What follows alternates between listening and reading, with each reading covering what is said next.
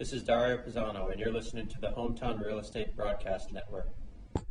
Good afternoon, and welcome inside Regency Furniture Stadium on the Hometown Real Estate Broadcast Network. Your Southern Maryland Blue Crabs, looking to get back on track, have won 6 of their last 8, had a 6-game win streak, and then lost 2 in a row to this Ducks team. But today, Daryl Thompson on the mound, and it's a tough matchup for the Ducks in the pitching department in the form of just ERA strictly. ERA for the Ducks starter, Vin Mazzaro, over 8. As for Daryl Thompson, the league leader in just about every category here in Southern Maryland. He's 8-2 on the year with a 3.43 ERA. A 1-4 record for Vin Mazzaro with an 8.18 ERA.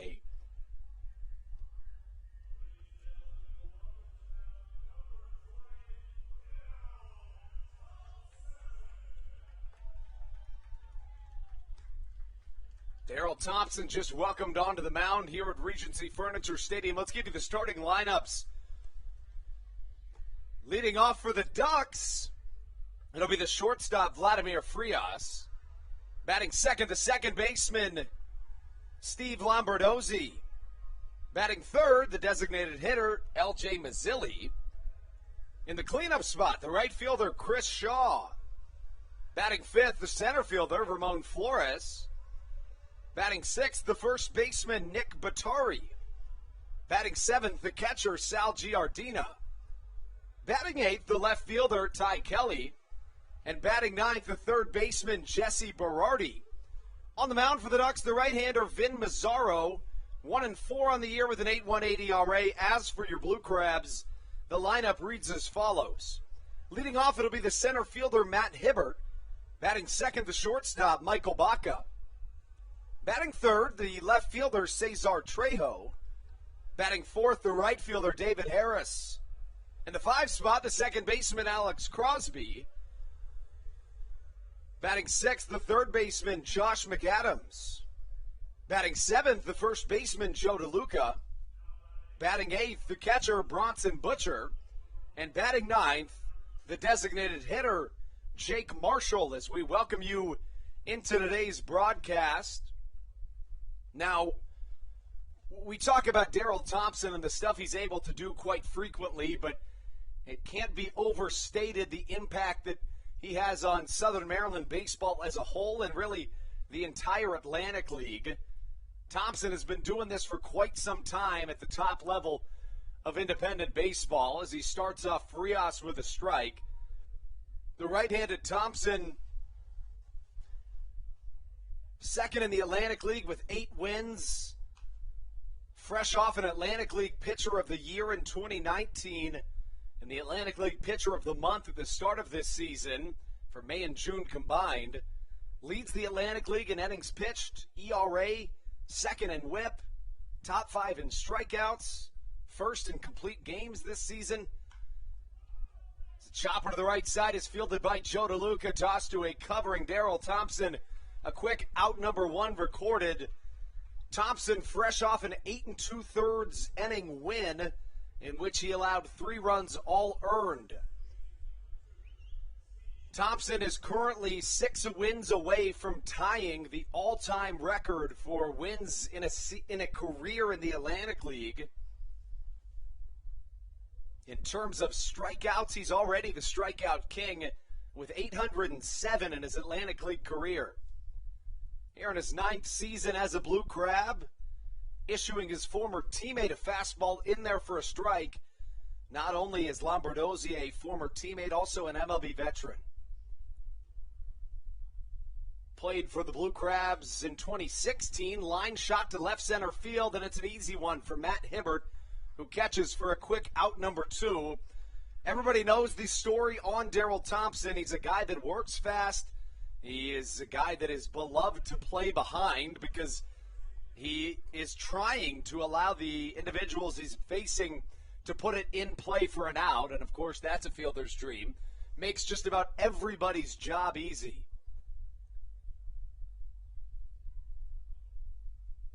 Thompson with a long look, and now facing off against the 3-hitter Ramon Flores. Chopper to the right side, another easy one. Alex Crosby tosses to first. How about a 5-pitch first inning from Daryl Thompson, making it look easy. Putting the Ducks down in order, 1, 2, 3. When we come back on the Hometown Real Estate Broadcast Network, it will be the top of the order, Matt Hibbert, Michael Baca, Cesar Trejo due up on the other end of this break. You're listening to the Hometown Real Estate Broadcast Network. Dyson Building Center is one of the oldest family-owned and operated hardware, lumber, and building supply stores in Southern Maryland. They are located in St. Mary's County on Route 5 in Great Mills. Dyson's has an expansive and diverse inventory to help you with all of your home improvement and project needs. Whether you're new to the world of DIY, a tried and true DIY professional, or somewhere in between, the friendly and experienced staff at Dyson Building Center is ready and willing to help you today. In February of 2020, Regency Furniture Stadium and the Southern Maryland Blue Crabs were given what we view as an honor, being named the 4th mass vaccination site in the state of Maryland. Here's a message from Regency Furniture about the honor that it has been and still is to be one of Maryland's mass vaccination sites, getting our community back to safety.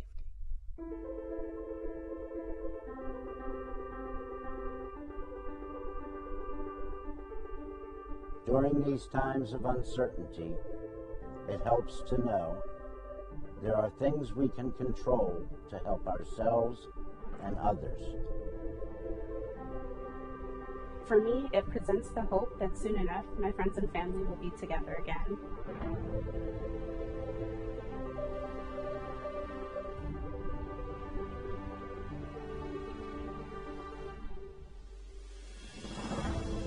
I just want to take this moment to thank the Maryland National Guard for their support in helping to facilitate and manage the vaccinations here at the Regency Furniture Stadium.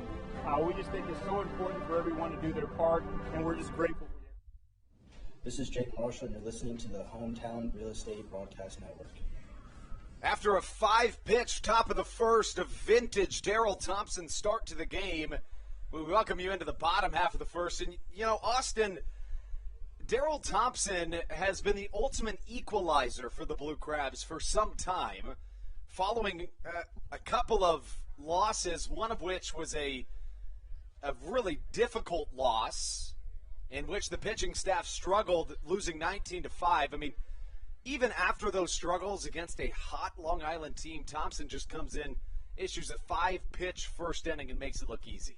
Right. I mean, he induced contact early on, Vladimir Frias' first pitch, and then, gets that Steve Lombardozzi fly out to center for retiring Elliot Mazzilli. 1, 2, and 3, of course, to lead off this game in the Long Island order. These are 3 dangerous hitters, guys with MLB experience, most of them, and retiring them with ease. Now facing Matt Hibbert as the man on the mound, the right-hander, it's Vin Mazzaro.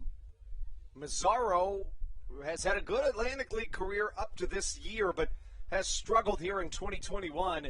He's 1-4 with an 8.18 ERA this season. Facing off against Matt Hibbert, a 3.05 hitter here in this 2021 campaign. Mazzaro rocks, also works quickly, but way high and tight, hitting off the elbow guard of Matt Hibbert. Hibbert, one of the more even-keeled and honestly just pleasant to be around individuals that you'll find. So while the home plate umpire is just to make sure that nobody's going to charge the mound, given the tension that we've seen between these two teams all season, these are two teams that generally don't like each other a whole lot. And, Austin, that makes sense because given the makeup of the Atlantic League, these two teams have become the closest thing to rivals that each other's have. Right. I mean, these are two teams that play each other a lot, of course, in these intra-division matchups here. And when you play a team a lot and you have some close games and you see, some of these players have seen each other year in and year out, it makes a difference. And then on top of that as well, you have, of course, 8 teams in the league. So you have Lancaster and York, who are natural rivals, right next to each other. You have Gastonia and High Point right next to each other, natural rivals. And then Lexington and West Virginia are the furthest west teams, so they're natural rivals, which kind of leaves the Ducks and the Blue Crabs by themselves. Now, exciting news for both of those markets, Austin, is that it looks like both Maryland and New York will have an expansion Atlantic League team in the next few years. Now, when it comes to the Maryland one, I'm only going on the news articles that I read. I have no more intel than the average Atlantic League fan, but we, of course, read reports earlier this year that the Hagerstown, what used to be the Hagerstown Suns, has been cleared to bring in an Atlantic League team. Now, the Atlantic League has not announced that, and again, I don't know any more than you do. But, of course, Staten Island has been announced that it's going to be joining the Atlantic League next season. Hibbert goes for second. It was a hit and run straight up into the air, and Hibbert's going to have to retreat back to first. He gets back in time. He had a good jump on that, Austin. Looked like he would have made it, but out number one. Right, he did have a good jump. He was diving into second base as that ball was coming off the bat. And, he had to retreat back to first base. So that brings up Cesar Trejo against Vin Mazzaro. Mazzaro, 9 appearances, 8 starts this season. Austin, in 33 innings, he has walked 31 batters, allowed 37 hits, 30 runs all earned. He's also hit 5 batters, just 15 strikeouts in that frame. Right, he's someone who's definitely had a bit of a tough year this year and trying to battle back. He's a guy with, some MLB experience, and a lot of these guys in the Ducks have been there and have shown they've got the talent and the ability, and sometimes it's just putting it all together. Sometimes there are a whole bunch of factors that lead into a pitcher not having his best stuff at this point in the year. And what's interesting as well, Austin, is that this is a guy in Vin Mazzaro that has allowed no more than 3 runs in all but 3 of his starts. So in 5 of his 8 starts, he's allowed 2 or less. But the 2 times he's faced the Barnstormers is the real reason he has the high ERA. Against the Barnstormers in 2 starts, 5 2/3 innings combined, 16 earned runs. Ooh. So that's going to blow the ERA up a little bit. Yeah, no doubt. This is his first start against the Blue Crabs this year, however, which I think the Barnstormers come to town to Long Island. I think he just might say, pass me on to the next start here. I think I would, personally. But again, I mean, you're looking at an ERA somewhere around 4 if it's not for facing the Barnstormers. But that's not how it works. Yeah, exactly. If it wasn't for the Barnstormers, it would be a completely different season. This could be 2. Harris's ground ball hit to the third baseman, Jesse Berardi, who flips it into a pair of outs to end the first inning. That's how we get through an inning, and we'll be right back on the Hometown Real Estate Broadcast Network. This is Josh McAdams, and you're listening to the Hometown Real Estate Broadcast Network. Did you know that the Washington, D.C. metro area is the 5th most expensive place to live in the entire United States of America? Sometimes finding affordable housing in this area can feel impossible. If you're struggling to find affordable housing, look no further than the Villages of St. Charles by Ross Properties. You can visit them online at villagesatstcharles.com for more information today. Villages of St. Charles. They'll have you safe at home. There's nothing quite like when the Blue Crabs retire the side. At Wealth Management Partners, they're on your side for your retirement planning needs. It's never too early to start planning your retirement. Talk to the experienced financial advisors of Wealth Management Partners located right here in Waldorf. Call them today at 301-885-0955.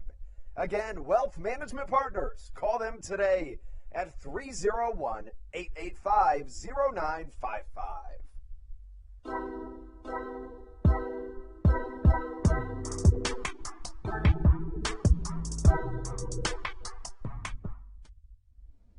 This is Kent Blackstone, and you're listening to the Hometown Real Estate Broadcast Network.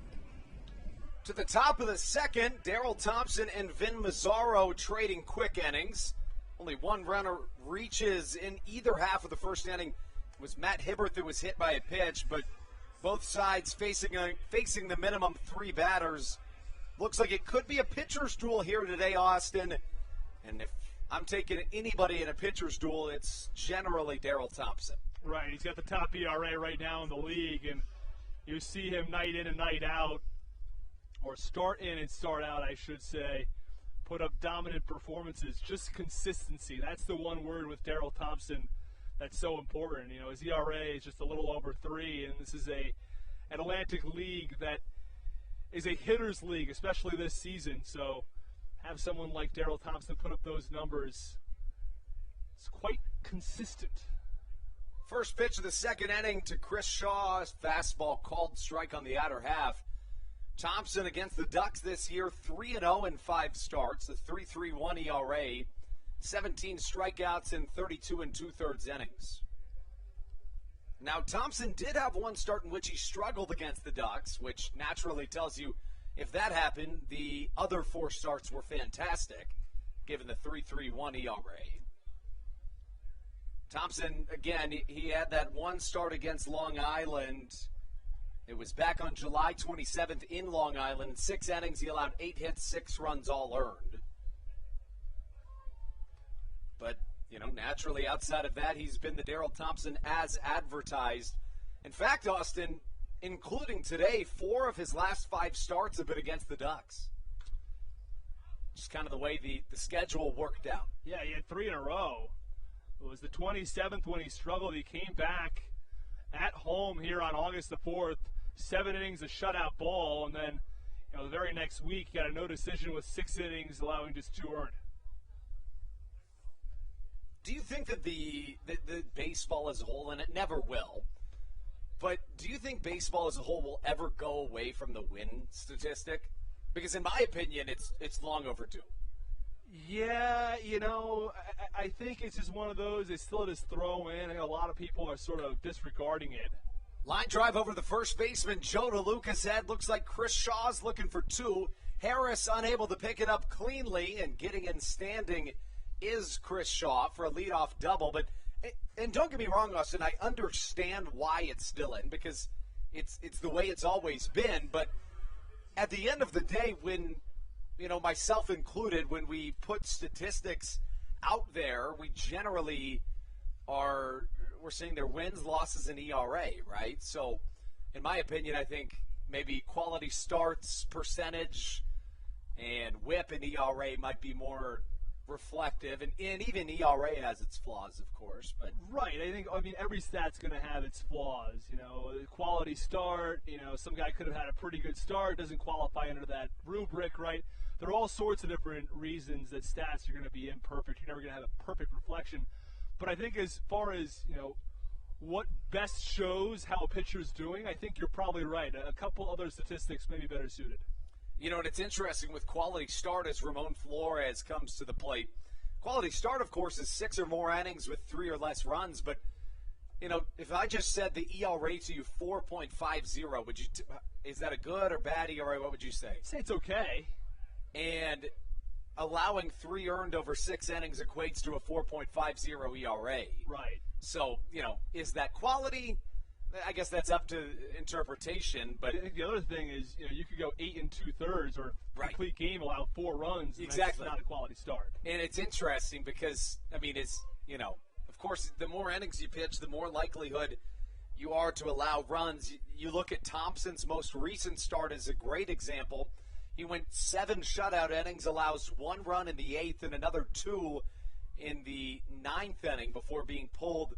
Andres Briseno recorded the last out. I mean, another great example of that is Aaron Nola last night against the Padres. He no-hits them through 7, I believe it was. It might have been 6, and lost it in the 7th.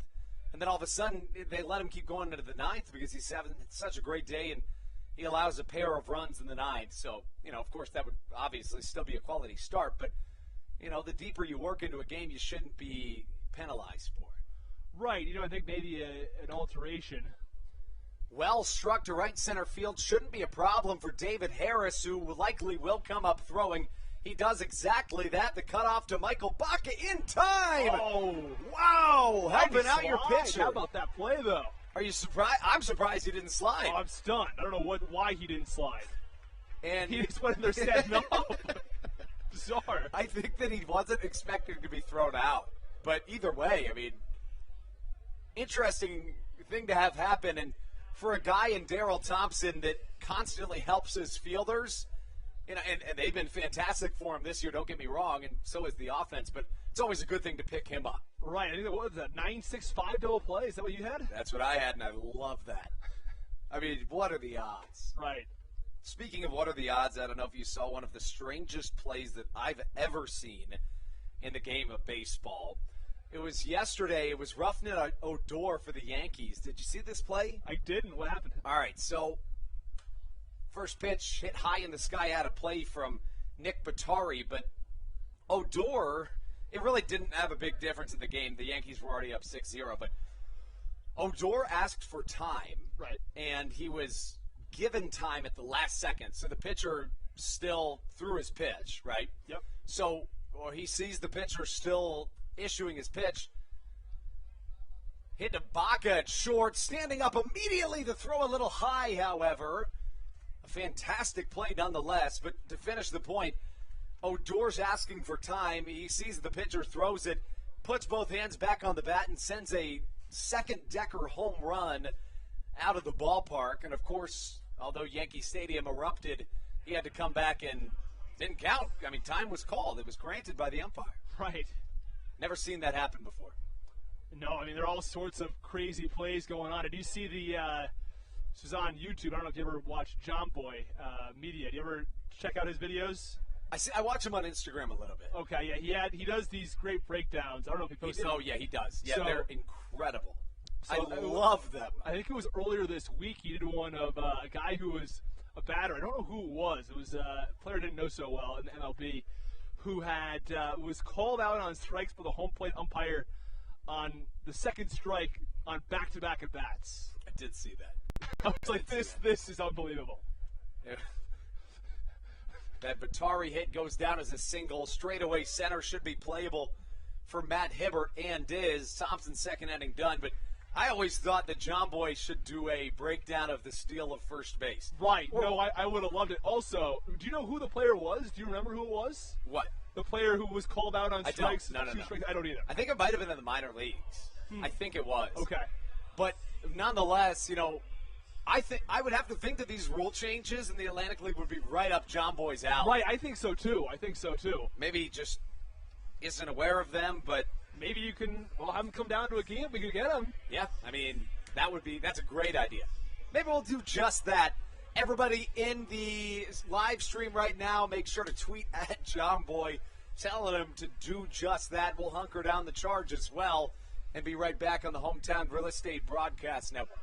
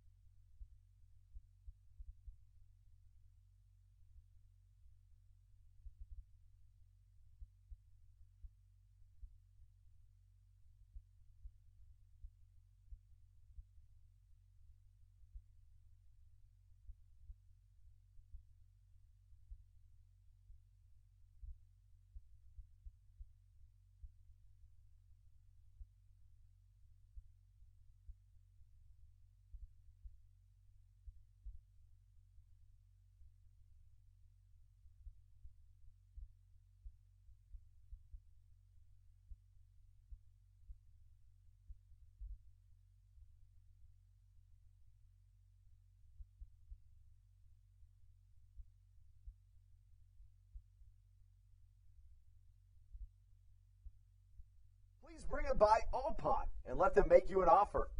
If you have broken jewelry or some that you just don't want anymore, please bring it by, and they'll pay you more than anyone in the Tri-County. This is Patrick Baker, and you're listening to the Hometown Real Estate Broadcast Network. Thompson looking solid through 2 innings, and now his offense comes to the plate. 4, 5, 6, David Harris, Alex Crosby, Josh McAdams due up for Southern Maryland. They face off against Vin Mazzaro. Mazzaro faced the minimum of 3 in his half of the first, but did hit a batter. That was Matt Hibbert, the leadoff man, but turned 2 against Cesar Trejo. Harris comes to the plate. Yesterday, Harris, much better than he was in the series opener, sends a hot shot to the right side. That's extra bases. If it doesn't get out of here, and it does. Bye-bye baseball. David Harris sends 1 yard, his 11th of the season, giving him 50 RBIs and a Blue Crabs lead here early. Yeah, he goes the other way. He just sort of pokes it out to right field, probably not more than maybe 325 feet. And that right field foul pole comes in at that last moment and just over the wall there for the home run. Harris is generally a guy who hits his home runs to the pull side, and when he does, they land legitimately over the clubhouse. I mean, he absolutely clubs inside fastballs, but shows he's able to do the same on the opposite side of the field with his 11th home run. Right. And that one, again, maybe not the best hit ball, but it gets out of here either way, and showing some opposite field power, too, an ability to just sort of poke a ball out of the ballpark either way. Pretty special. Now Alex Crosby coming up to the plate. Crosby had back-to-back homers in the first 2 games. Back-to-back games in which he homered in the first 2 games of this homestand. Stretching back into Southern Maryland's most recent road trip in Long Island, he had a 3-game home run streak. Crosby steps in, the left-handed hitting today second baseman takes ball number 1 from Vin Mazzaro, who falls back in this game early. 50th RBI in the season there from David Harris. Hitting a bit of a milestone on the homer. Certainly, yeah. The chase to 50 has been a fun one to watch between Silva and McAdams, who got it a couple of days ago, and then, of course, the aforementioned David Harris. Yeah, so McAdams right at 50, Silva at 49, which is especially impressive because he just came to the team. And that does include he was traded, okay. Yeah, from West Virginia. That was a screaming line drive to the concourse. Yeah, I'm happy that we're not on the concourse, to be honest with you, because of that. Silva has 25 RBIs in 30 games with the Blue Crabs. There's been a discussion about netting across baseball in the last 5 years or so, of where it belongs. Does it belong in the infield, the outfield, all foul territory? And now, bullpen getting out of the way for the Ducks. That takes a lot in the Atlantic League. It does. We know that. It does. It's a line drive coming right at you. You don't have a glove on you. You're not going to catch it with your bare hands. You don't want to injure your hands as a pitcher, so just get out of the way. And I know it takes a lot to get him to move, but yeah, especially in this Atlantic League. right. Generally not an issue. Yeah, well, someone's got a glove down there. Right, but the thing, I mean, as we know in the Atlantic League, they make a point of not moving. Right. No, I know. That's why I'm saying that. Crosby 5 for 9 with 3 doubles in this series, 11 for 26 with 9 RBIs in the homestand. Are there any teams, do you know, that have the bullpen behind the outfield wall, or is that not at all in the Atlantic League? No, there is a couple in the Atlantic League. I'd have to think for a minute on exactly who it is, but I do know that there is some that have that. See, I don't know, obviously it's part of baseball, so if I was in a bullpen, I'd want it to be like that, but at the same time, would you really want to be in a bullpen past center field? You feel like you're a fan at that point. You don't even feel you're totally disconnected from the game. Yeah, you know what I mean? Right. I get it and it makes sense, but at the same time, it's kind of, I don't know, I might just be in the dugout if I was a starter. If it wasn't my day, I think I'd be in the dugout. Right. I know. Aren't most starters in the dugout? They are, but sometimes, from time to time they'll go down there. And even if I was a bullpen guy obviously you'd have to just be in the bullpen, but that's no fun. No, honestly. They have their own sort of culture out there in the bullpen. They definitely do, too, as Crosby fights for every step, but is thrown out by the second baseman, Steve Lombardozzi. They certainly do have their own culture down in the bullpen. Not even on each individual team, just bullpen arms as a whole. Right. I remember years ago the Red Sox did it was like a utensil situation. They had forks and knives and spoons going and creating music with a drum beat going on in the bullpen. Yeah, they're always some fun ones. they are. They are. I remember a couple of years ago, the Somerset Patriots, their bullpen on a really hot Sunday here in Southern Maryland, they had these things that they attached to the top of their hats, and it was a tiny umbrella that just covered the portion of their head, like maybe 6 inches by 6 inches. And it was remember those parachutes when you were a kid that was all types of different colors? Like a rainbow colored one almost. Right. It was those colors. It was right. The funniest thing I've ever seen. They all whipped them out. Every single person in the bullpen had it on top. What year was this? Was this the year before I was here? I think it was in 2018. I'll pull up a picture of it and put it on the broadcast between innings. 2-0 chopped foul from Josh McAdams. The count 2-1. As for Josh McAdams, 0 for 2 with a walk yesterday, has struggled mightily against the Ducks this season. He's just 8 for 60 against Long Island in 17 games. In this homestand, however, 10 for 25 with a homer and 7 RBIs. Fastball in there, a called strike, 2-2. McAdams is, from time to time, a hot and cool hitter. When he's on, he is on. He, like Crosby, had a 3-game home run streak earlier this season. Well struck, straightaway center. Back goes Ramon Flores, who catches about 10 feet shy of the warning track for out number 2. Yeah, very well hit ball. Ball is hit further than the Davis Harris home run ball. Yeah. But to straightaway center, and Flores made a nice play to get to that ball.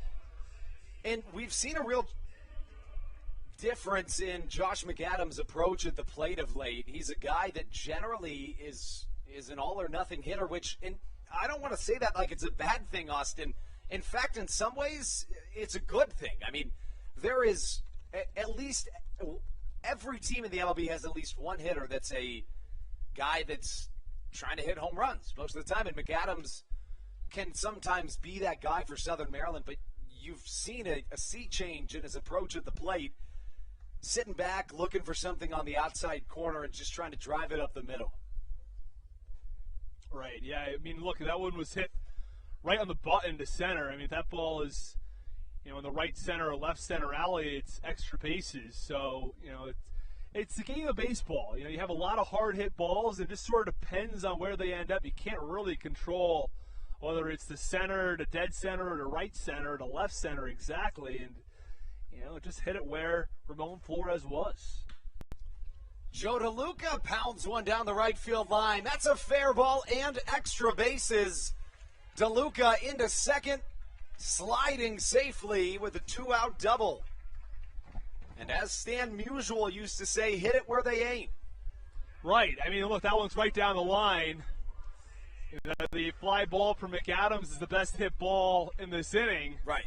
Yet you got 2 base hits, extra base hits from guys, a home run and a double that were, hit probably combined about as far as maybe a little further than what McAdams hit.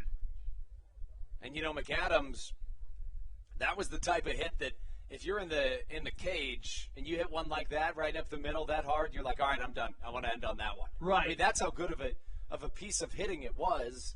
It was probably 10 feet shy of the track in center. It's 400, right, to dead center of the batter's eye. So it's probably 380.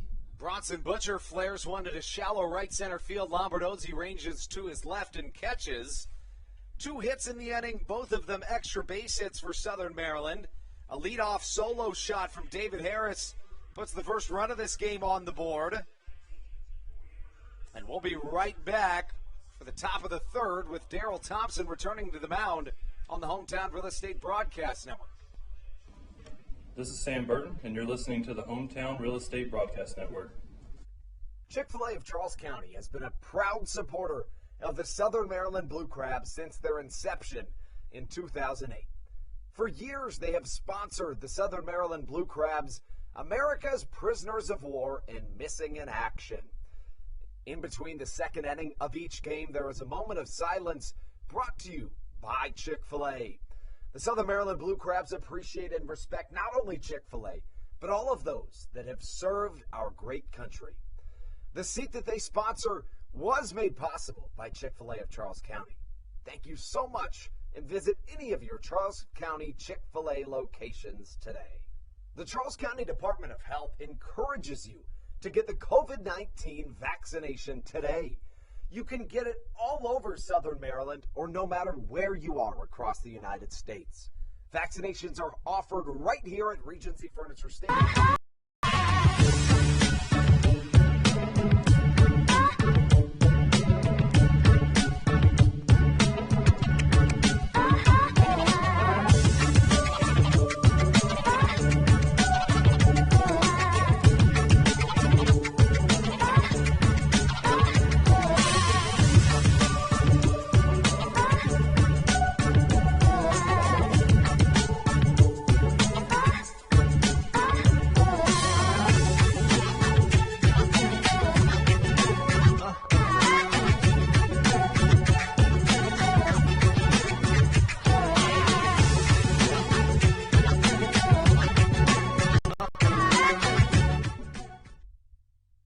This is Sam Burton, and you're listening to the Hometown Real Estate Broadcast Network. Daryl Thompson out for his third inning of work here on the Hometown Real Estate Broadcast Network. Faces the 7-8-9 of this Ducks lineup. I beg your pardon, the 8-9-1. Beginning with Ty Kelly. The MLB veteran Kelly takes a called strike on the outside corner. And Thompson, while he generally works the outside portion of the plate over and over again, he has been spotting up this evening, and when he's able to do that, there's not a ton you can do as a batter. That ball loose, going to the sixth row, falling down the steps. There's no one going to get it. Now we got some kids, and the kid with the USA colors, it looks like, on his shirt and the camo pants comes away with it. Curveball high and outside from Thompson. I forgot, and I love the way that you broadcast foul balls. I really do. Like, I do think it's electric. Well, look, you got to get the kids who are coming in, going for those balls.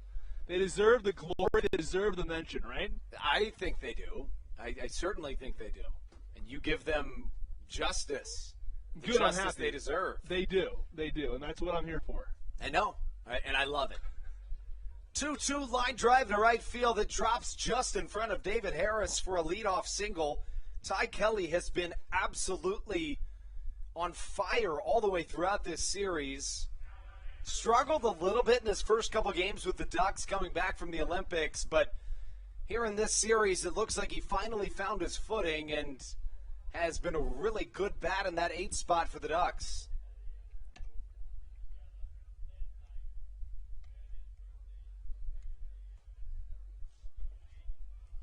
Now the 9-hole hitter, Jesse Berardi, comes to the plate. First pitch from Berardi struck foul. McAdams giving chase. Almost running out of room. Wow, what a play. It looks like he at the last second looked down to see where the wall was and then just stuck up his glove and caught it.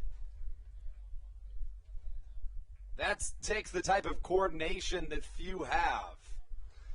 Other thing, the warning track differs in distance slightly. I mean, Right. That's probably, I want to say, 15 feet between the grass and the wall. You hit 10 feet probably, which is right around what it usually is, and you probably start to get a little worried, like, am I running out of room here? So that was right up against the wall, and it's, you feel the warning track coming on, but got to make sure you're aware of where that wall is. You don't want to go tumbling over the wall for that ball and get hurt. High fly to the left side, playable for Michael Baca. Short instead, Cesar Trejo calls him off and catches for out number 2.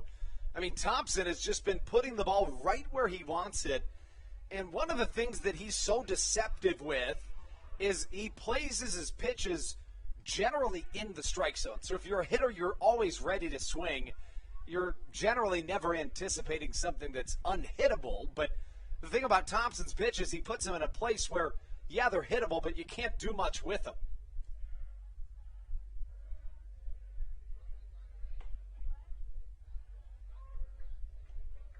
Fastball, a called strike outside corner. 0-1 the count to Steve Lombardozzi.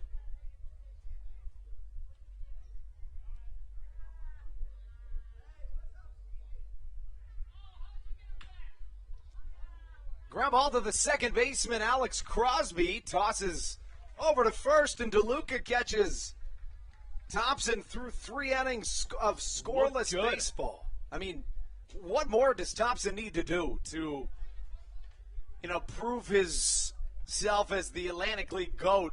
I think he's already there. Does he have any no-hitters or perfect games on his resume? Do you know? I don't believe he does. That's probably it. I mean, he's done it all.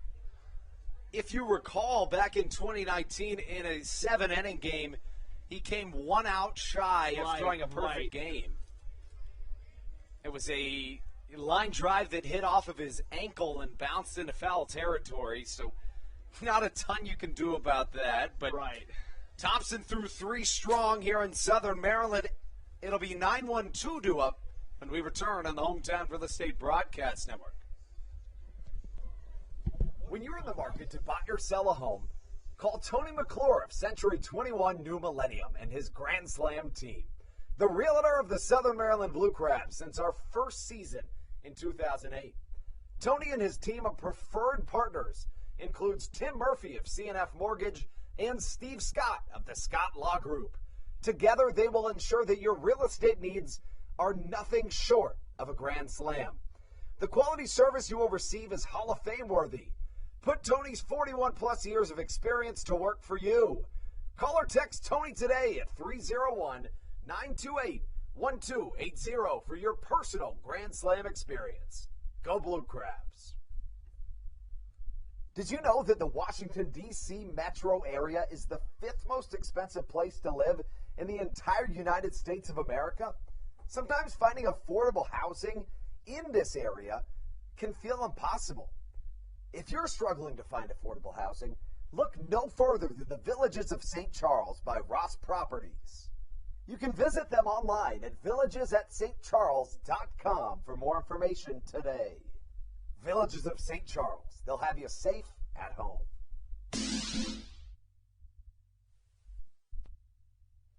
Welcome back inside the Hometown Real Estate Broadcast Network. Jake Marshall showing bunt to start us off in the bottom half of the third. He goes back foul and outside the reach of Jake Marshall. Austin and I, between innings, we're talking about our all-you-can-eat wings, all-you-can-drink beer deal the first Thursday home game of every month.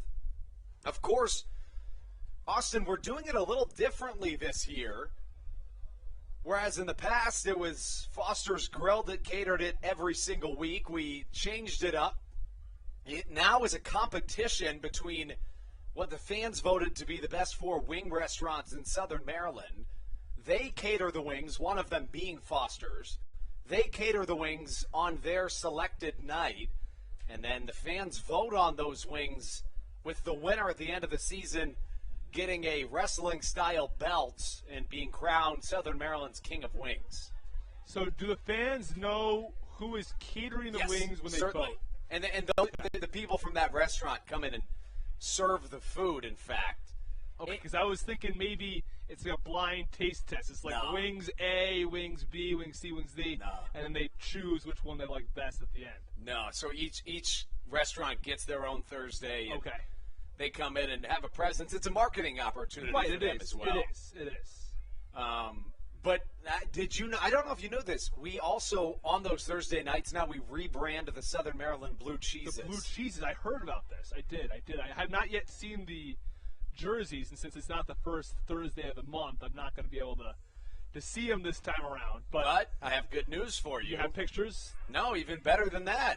We have jerseys. This Thursday, we will be having one because, interestingly, we've had 4 scheduled Wing Wars this year. 3 of them have been rained out.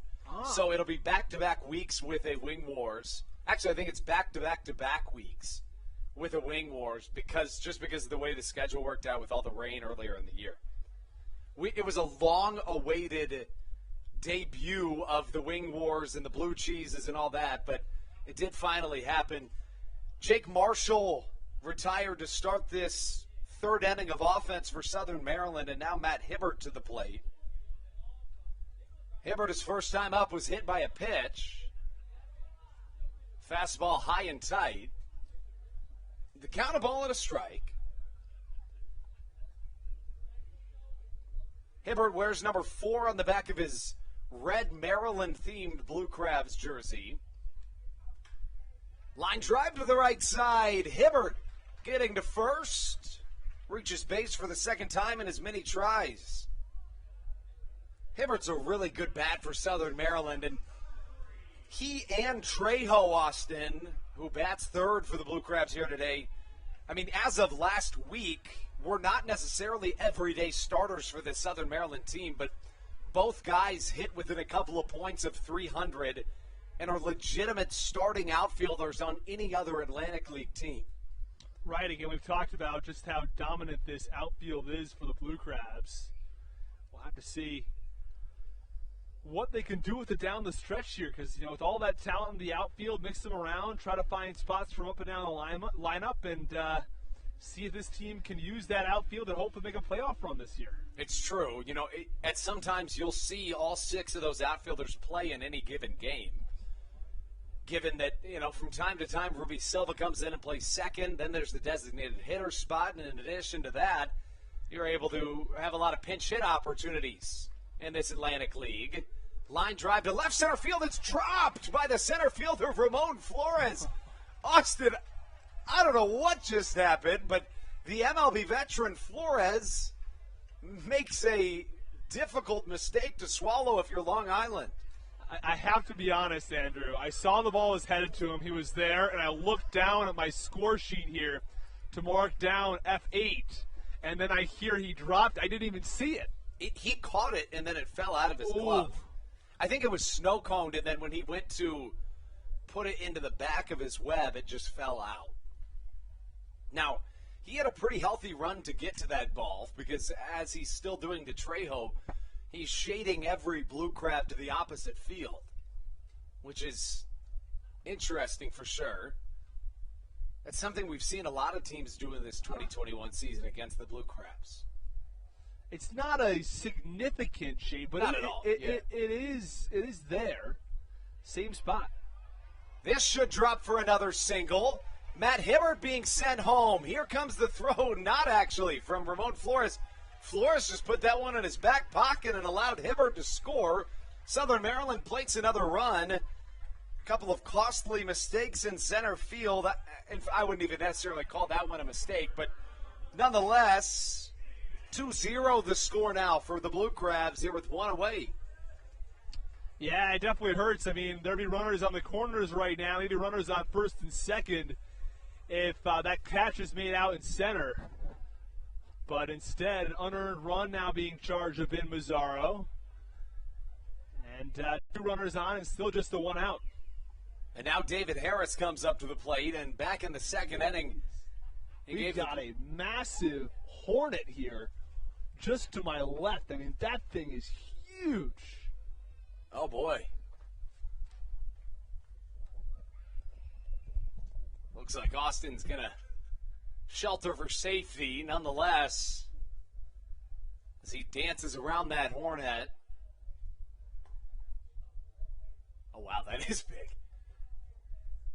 As David Harris steps back up to the plate.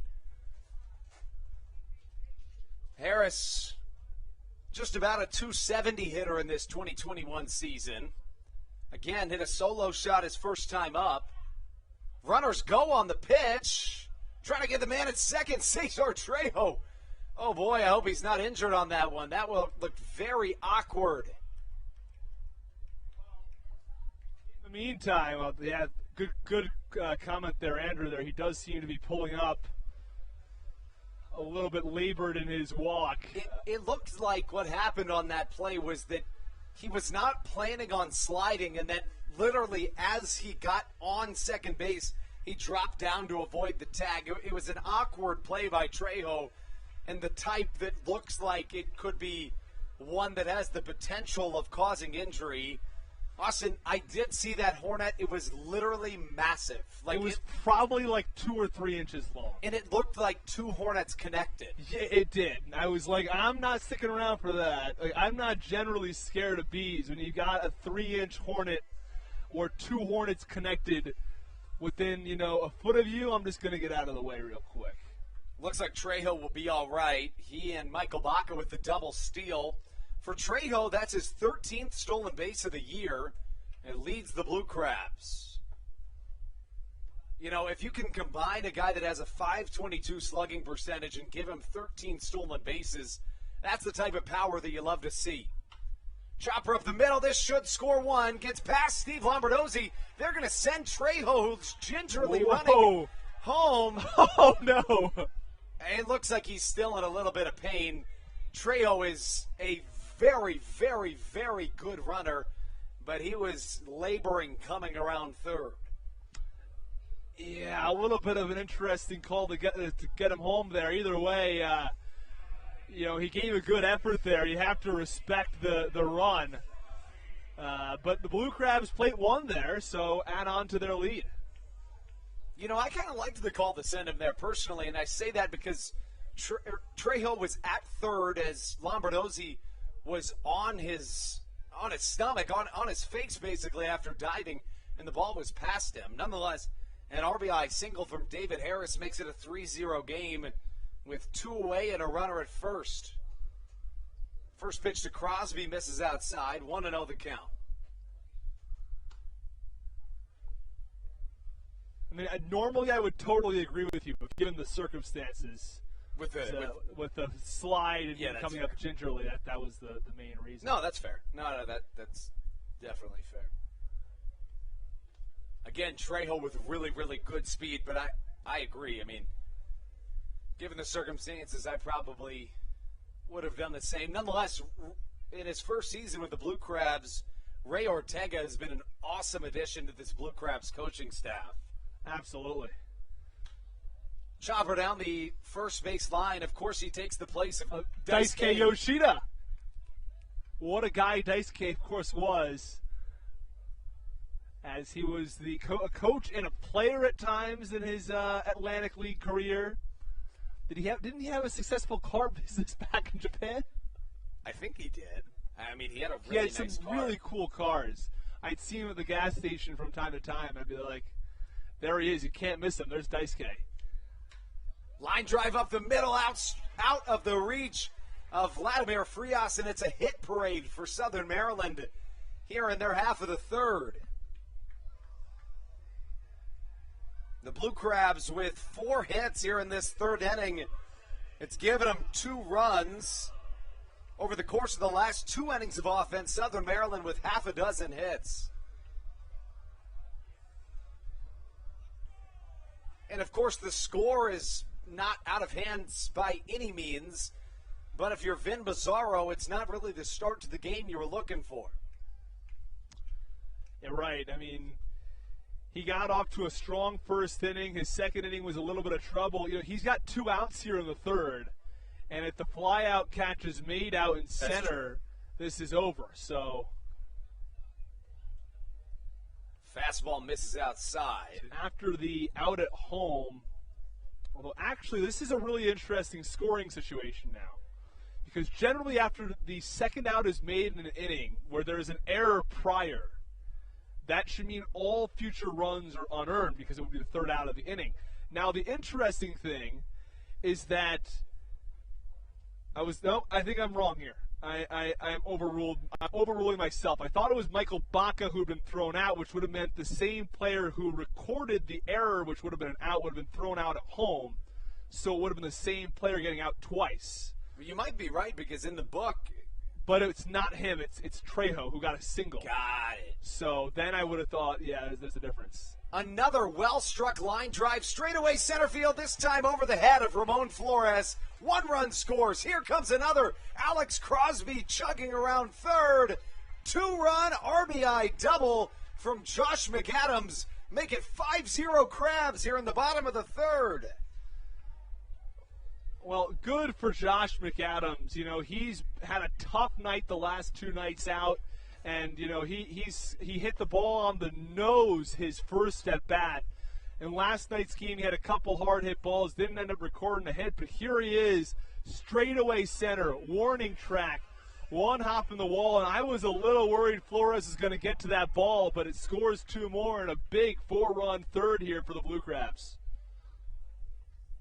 Yeah, Southern Maryland hit a leadoff homer back in the second, but then was unable to score any other runs despite a 2-out double from Joe DeLuca, who steps back up to the plate now. First pitch swinging high in the sky to shallow left field. It is caught for out number 3 by Vladimir Frias, but not before Southern Maryland can tag 4 runs on the line of Vin Mazzaro. 5 in total. A 5-0 lead for your Southern Maryland Blue Crabs through a third of this one. And Daryl Thompson back out of the mound when we return on the Hometown Real Estate Broadcast Network. There's nothing quite like when the Blue Crabs retire the side. At Wealth Management Partners, they're on your side for your retirement planning needs. It's never too early to start planning your retirement. Talk to the experienced financial advisors of Wealth Management Partners located right here in Waldorf. Call them today at 301-885-0955. Again, Wealth Management Partners. Call them today at 301-885-0955. Weiss Markets is a proud sponsor of the Southern Maryland Blue Crabs and has been since their inaugural season in 2008. Weiss Markets also presents one of the Blue Crabs' best and most famous promotions every single year. Kids can get in free to every single Blue Crabs game of every single year simply by wearing a jersey thanks to Weiss Markets. Weiss Markets can help you with all of your game day needs for a great price. Stop in at your local Weiss today. Eat better, spend less. That's wise. Weiss Markets is a proud sponsor of the Southern Maryland Blue Crabs.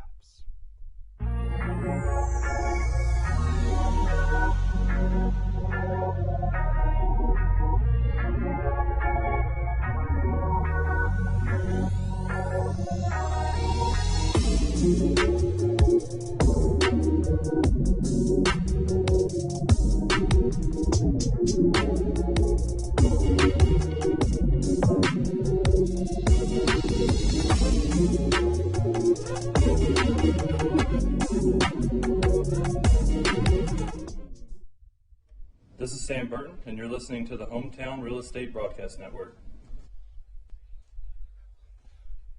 We welcome you into the top of the fourth and hand the reins over to Austin Rooney for innings 4, 5, 6. Thank you, Ben Starr. The B was back. First pitch swinging from Mazzilli.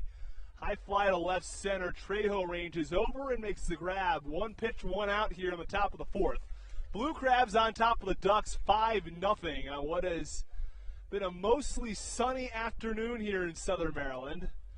Just enough clouds so that the sun's not beating right down on us, but a really pleasant afternoon. Hopefully it stays that way the rest of the day. The only unpleasant thing so far, that massive hornet that has come by a second time and scared me off a second time. Do you think it has it out for you? It might, but it hasn't stung me yet. So as of right now, I'm going with no. I did get stung last week. It was the first time, not by a hornet, but outside or inside? Actually, it was inside. Yeah. Ooh, where was this? It was at my desk. Yeah. Wait, at my desk downstairs. Pop up here toward the third base side. McAdams ranges over to the bullpen and makes the grab. It was a hornet. Now that I think back at it, was it how big? It wasn't very big. No, okay. It was the strangest thing that I've ever had in my life. I was literally sitting at my desk, and I felt something in my hair, and I was like, what is that? And I thought it was just a fly or something. I swatted it off, and all of a sudden it flew up and just stung me right in the finger. And I was like, what was that bee doing? Or that it was the most bizarre thing. But anyways. Well, 2 pitches, 2 outs here from Daryl Thompson. Mazzilli and Shaw go down. First pitch misses low here to to Ramon Flores. As the 1-0 is swung fouled back. You know, it was about 5 minutes before I got on air, and I don't even think I mentioned it, but it was on my writing hand, so it was kind of hurting to take score.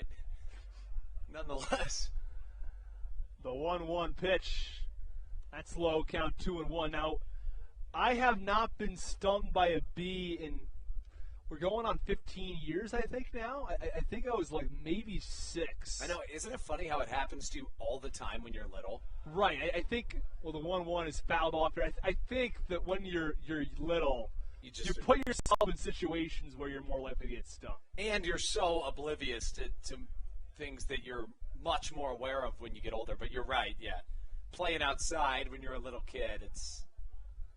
Yeah, I still spend a good amount of time outdoors. The 1-2 fouled off again toward the Ducks dugout by Flores. But not in the same way, obviously. Yeah, right. You're not going around and picking up dirt and, throwing it at things and, things that are going to get you in trouble like that, obviously. Do you still do those things? I can't say I do, You outgrow that when you're maybe 8 years old, but it's true. Now, Thompson, his last time out, he struck out 8 through his first 5 2/3 innings. It tied a season high, but working a near-complete game would stay at that mark of 8. 2-2 pitch now to Flores. The 1-2 miss. Now this one's tap foul over to the Ducks bullpen. Count 2-2. Does he have a strikeout today? He does not. Wow.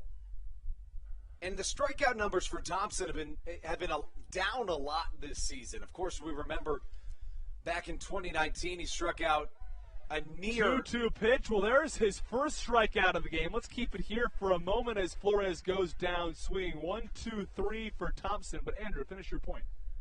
Back in 2019, we remember we were on that strikeout watch for Thompson when he came 2 strikeouts shy of setting a new Atlantic League single-season record. But we also know, Austin, he's told us in the past that he's not going out there trying to strike batters out. He's trying to force contact. Right. He does such a good job at that, and he doesn't walk a lot of guys at all. So far this season, 12 walks in now 98 2/3 innings. It's almost ridiculous how few walks he issues. He pitches the contact, and normally you think if somebody's throwing 89-90, they have to have pinpoint accuracy. They got to have great secondary stuff, and he does have that, but he still pitches the contact at 89-90. It's unbelievably impressive, to be completely honest with you. I mean, the stuff that Daryl Thompson does is unbelievable by itself, but then when you compound that with the consistency at which he does that, it's just remarkable. It truly is. And then, one point that we'll end this on, unless you just want to keep it here throughout the half. Sure, why not? We know where to go here. They're getting ready. Unless, of course, the Hornet comes back. But Thompson. Right. I think he flew down below to the lower stands here, so I'm safe for now. Thompson told me before the season that he thinks one of the reasons he was so much better in that 2019 season is because he was a pitching coach. So he said the reason was because he was spending so much of his mental energy on the other pitchers that when it came to him, he just went out and did his thing. He wasn't overthinking it. In fact, Austin, I found this truly fascinating. You know how in between starts, starting pitchers throw some sort of side bullpen? Right. He said that he only did that 4 times last year. Huh. So he really was only pitching on the days that he pitched. He wasn't thinking about it all that much, and clearly it panned out for him. And I haven't asked if he's still doing it this year, but the numbers just about the same this year for Thompson. Yeah, there are a couple interesting things with Thompson and these starts, too. And Atlantic League pitchers more at large. MLB has moved in a direction for short starts, take the pitcher out after 80 pitches, as the first pitch is a called strike. On the leadoff hitter here in the 4th for the Blue Crabs, Bronson Butcher, the catcher. He's the 8 hitter. It's 8-9-1. But MLB pitchers, 80 pitches, 90 pitches, you rarely see a guy go over 100 nowadays. As the 0-1 is swung on and popped up in the infield, Frias comes in. He gives way to the second baseman, Steve Lombardozzi, who makes the grab for the first out. So 1 away in the bottom of the 4th, still 5-0 Blue Crabs. Back to my point, though, 100 pitches is really a hard deadline for a lot of MLB guys.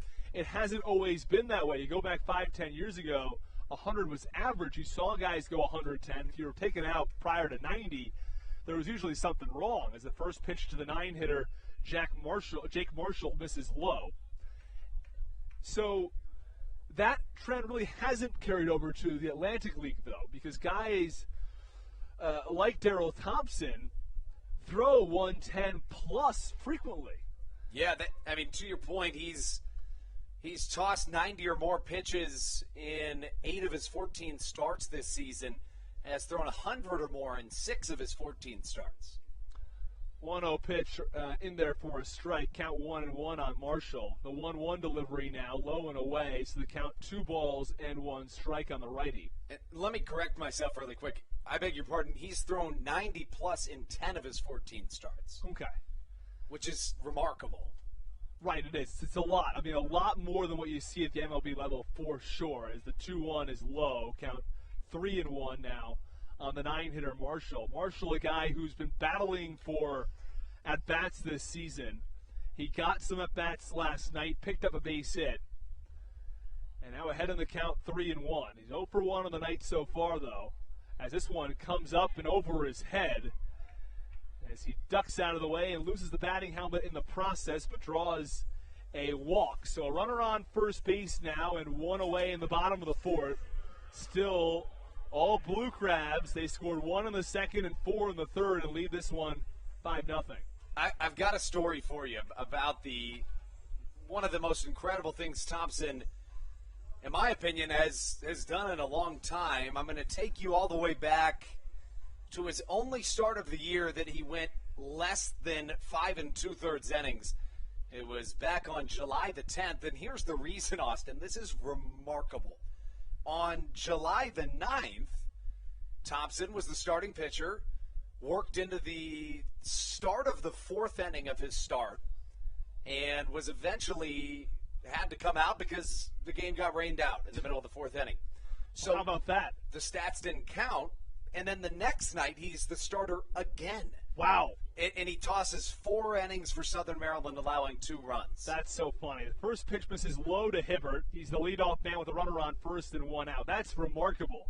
The 1-0 delivery is also low. So Mazzaro has thrown 6 balls on his last 7 pitches. But, I mean, the ability to go out the next night after you've just thrown 4 innings is virtually unheard of in baseball. Right, because the thing about it is, like, you got to take into effect every pitch you throw that day. Of course, you wake up that morning, you do your routine, you throw as many pitches as you need to, you do your long toss, you do your pregame bullpen, you do all these things, and your body's naturally sore the next day, even if you only throw 4 innings. Right, so the 2-0 pitch is cut on and shot down to the Blue Crabs dugout, count 2-1 now. But it's so true. All the time that goes into making a start on the day of a start, and then to just, all right, we'll do it again the next day. Every starter has their own routine. Did you see what Dave Roberts had to say about Max Scherzer?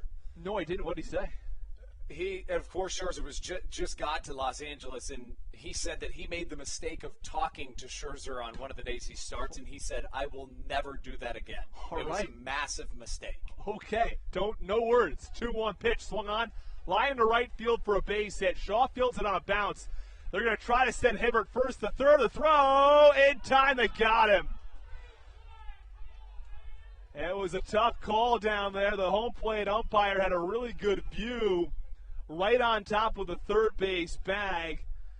As I beg your pardon, it was Marshall who was trying to go first to third.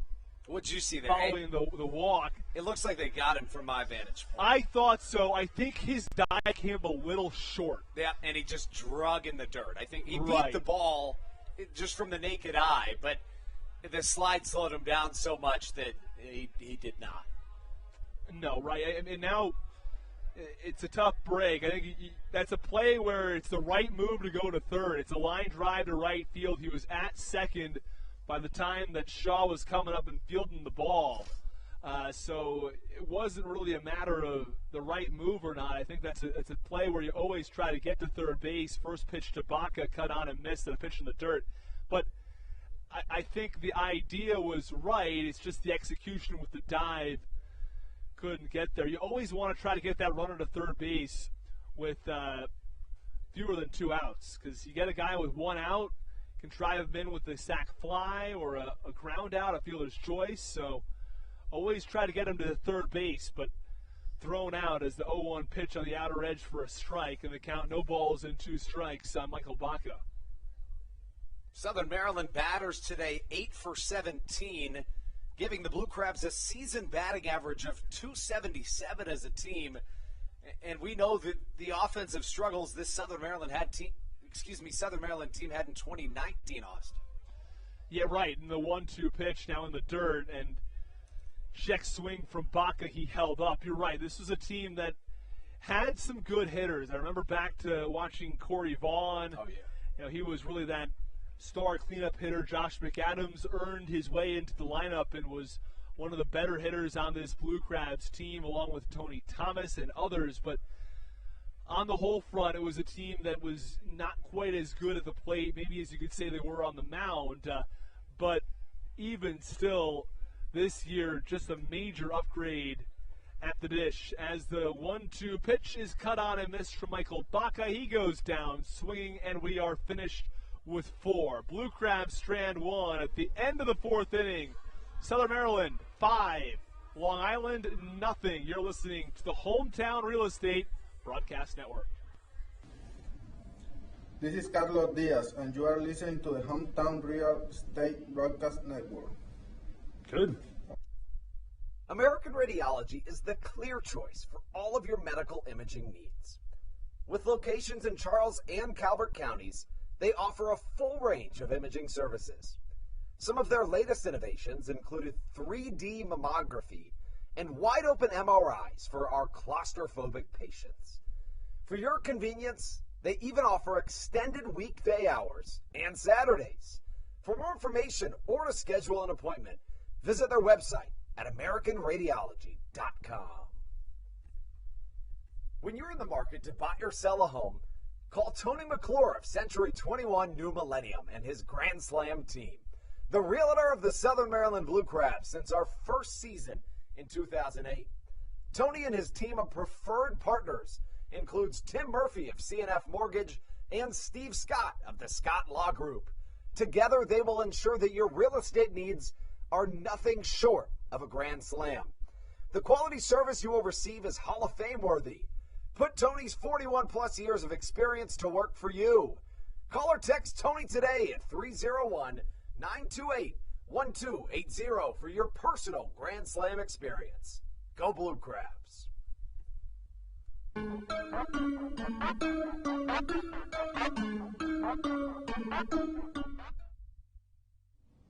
This is David Harris, and you're listening to the Hometown Real Estate Broadcast Network. 6, 7, and 8 due up here in the top of the 5th for Long Island.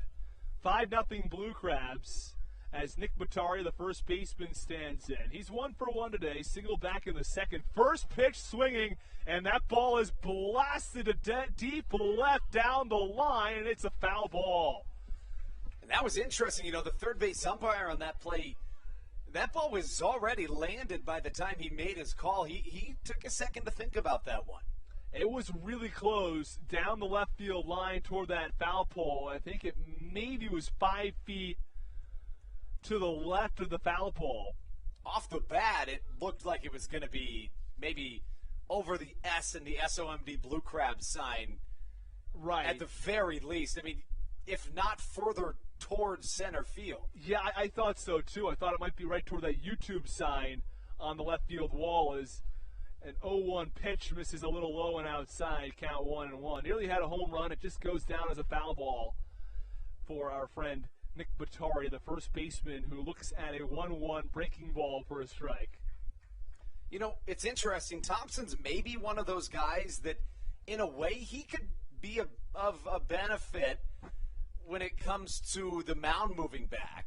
He never was going to blow you away with his fastball, so that's not necessarily a huge concern for him. But when it comes to the off-speed pitches, it's just going to get that much better from a further distance. Right. The 1-2 pitch is cut on and foul back to the netting. But it's a good point. It's a good point. I mean, I don't think the mound movement, I was there the other day, is the 1-2 pitch cut on, line drive to right field. It chases Harris back in front of the warning track where he makes the grab over the head for the first out of the inning. Gave that ball a charge, but Nick Batari goes down. Nearly had a home run, almost had extra bases, but it goes down as a mere line out to right. Back to my previous point, though, I was on the mound yesterday, just sort of looking at it, getting a feel for it. And the 1 foot, it looks really the same. Right, it does. I mean, it's not a huge difference. The first pitch is a breaking ball swung on and missed by Giardino.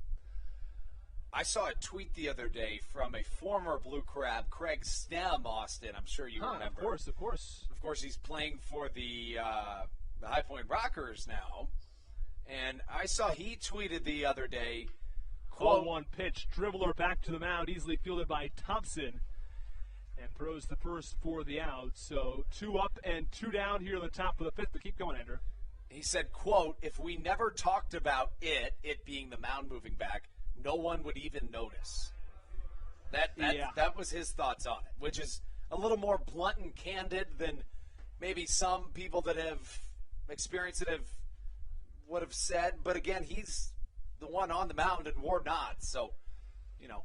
I mean, you definitely can't tell the difference from up here. Right. First pitch, fastball for a strike. I mean, it's a 1% change. You just don't notice it in the grand scheme of a massive baseball field. But I think that the concern was pitcher's arms as the 0-1, another swing and a miss from Ty Kelly, the left-handed hitting left fielder. Count no balls and 2 strikes now.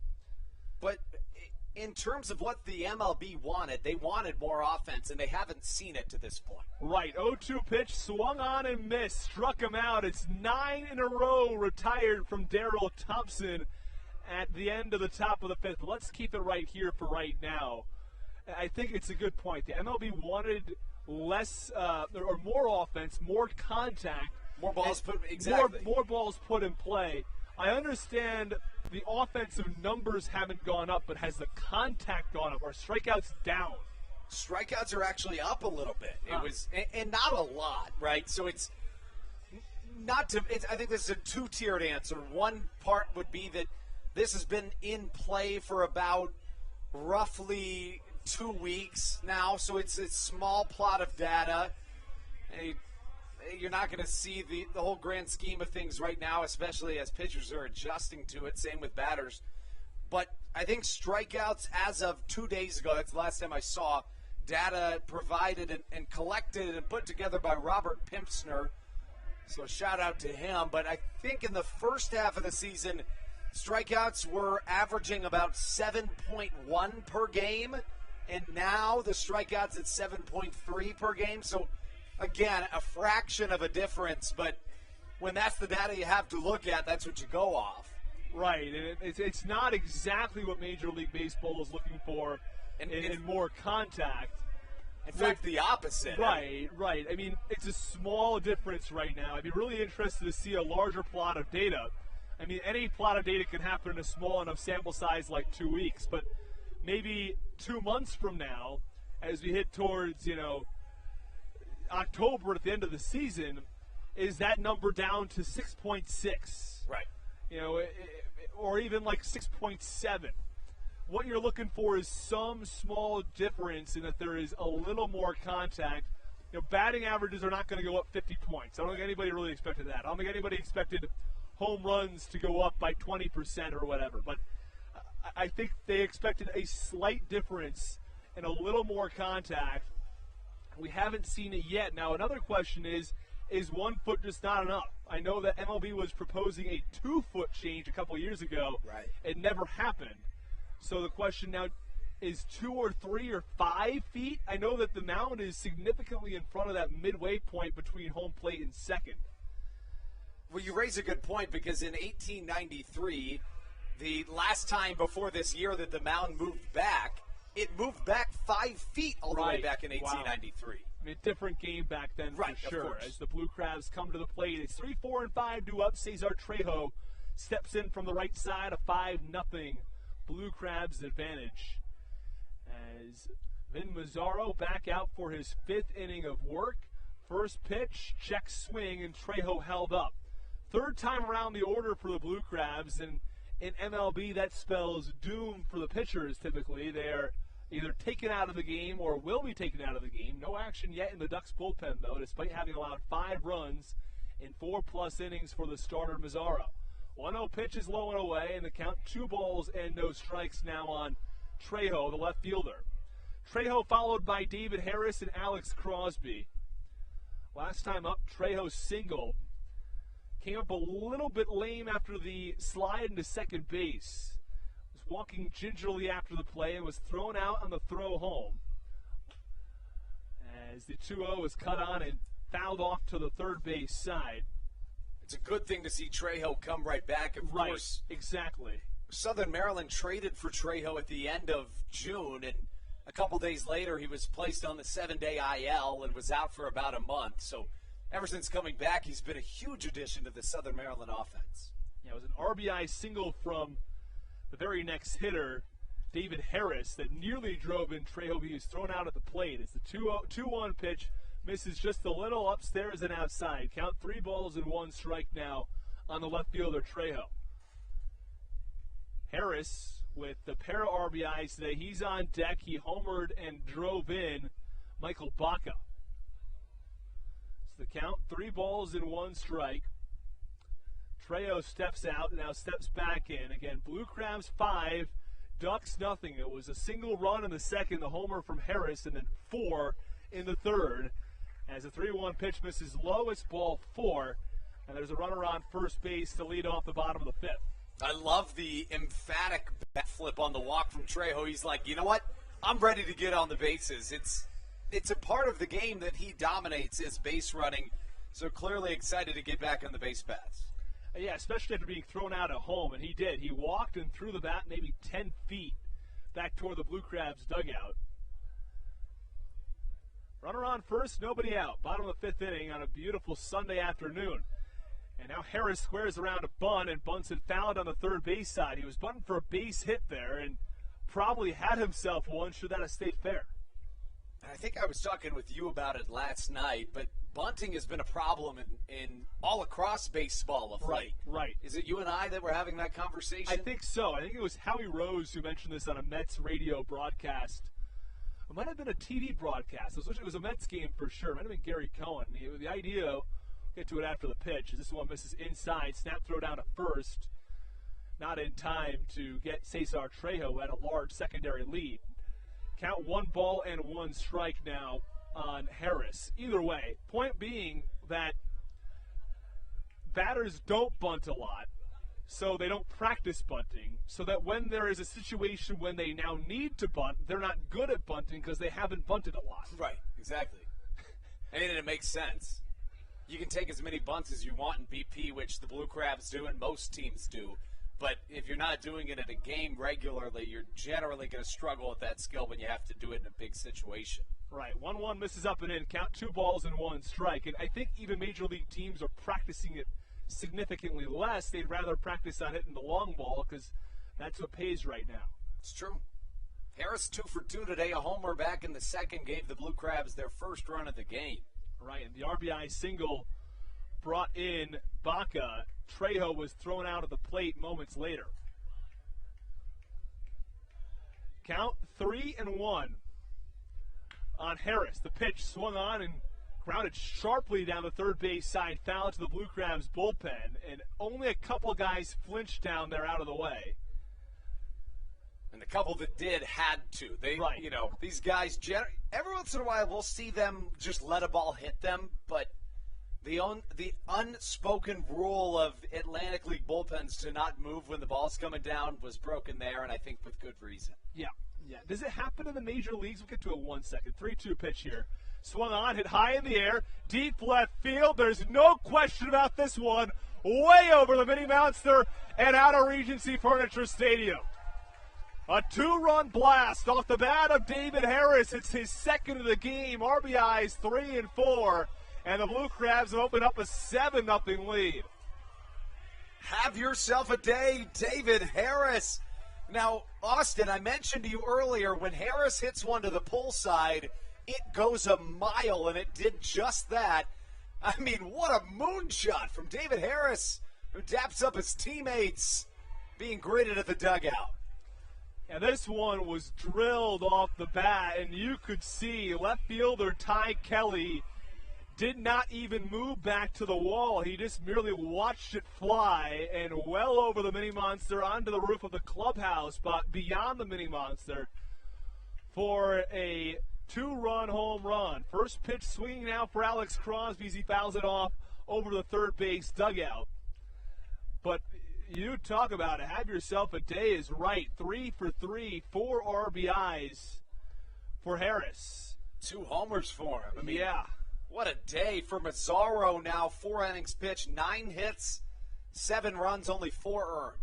0-1 pitch, swinging a ground ball through the right side. Looked like Batari was going to have a play on that ball. It didn't come up with it. Another base hit for the Blue Crabs. A runner on first now and nobody out. So a run in the second, a solo shot from Harris. 4 came home in the third, including an RBI from Harris. 2 more here in the fifth for Southern Maryland on a 2-run shot from David Harris. Home runs 11 and 12 tonight as the Hornet is back. And he's hopefully going to fly away from me. For those of you who weren't here earlier, there's a massive Hornet. This thing at least 2 inches long. And I don't want anything to do with him. And he's maybe not even 10 feet from me right now as the first pitch runs inside on Josh McAdams. Count 1-0. Runner on first base is Alex Crosby, who singled earlier. I don't think anybody here wants anything to do with him. A few people getting out of the way of him. I'm only one of a couple. I'm not the only one here trying to avoid this Hornet. 1-0, pitch low in the dirt. McAdams checks his swing, and the count goes to 2 balls and no strikes. You know, I'd be angry if I was a bee or a hornet as well. Right. You know, I'll tell you why. It's because just the sight of you scares people. Nobody wants to be near you, so of course they're mad. You know, it's not quite as big as some of those cicada killers you'll see. Those things are massive. Yeah, they are. But what about the murder hornets? Those things, I haven't ever seen one in person, but they're huge as well. 2-0 pitch, swinging a line drive, deep right center field.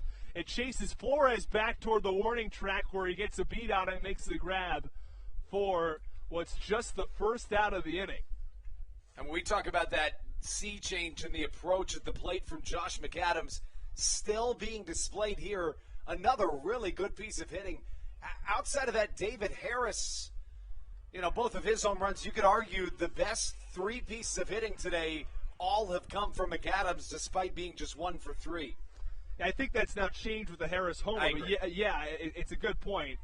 McAdams had a deep fly out to center, hit probably 380 feet. His 2 RBI double was hit maybe 395 out there to center, 1 half the wall. And then this line out to right center, probably hit 375. He's hit 3 balls in the butt and has just 1 hit to show for it. First pitch to Joe DeLuca, the left-handed hitting catcher, is in the dirt. He's played catcher almost every game this season, but today he's actually at first base. Last 2 days, Bronson Butcher has had the night behind the plate, and Jake Marshall's been the designated hitter. Some changes have been made to the Blue Crabs lineup based on availability.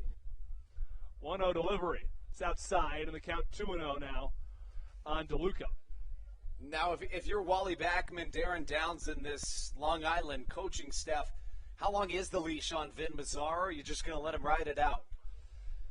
It's one of those situations where, you know, he's already allowed 7 runs in the fifth. You have to make a decision as the 2-0 pitch swung on. Ricochets off the glove of Mazzaro, back out towards short. Frias had trouble handling it, and it's going to be a base hit for Joe DeLuca.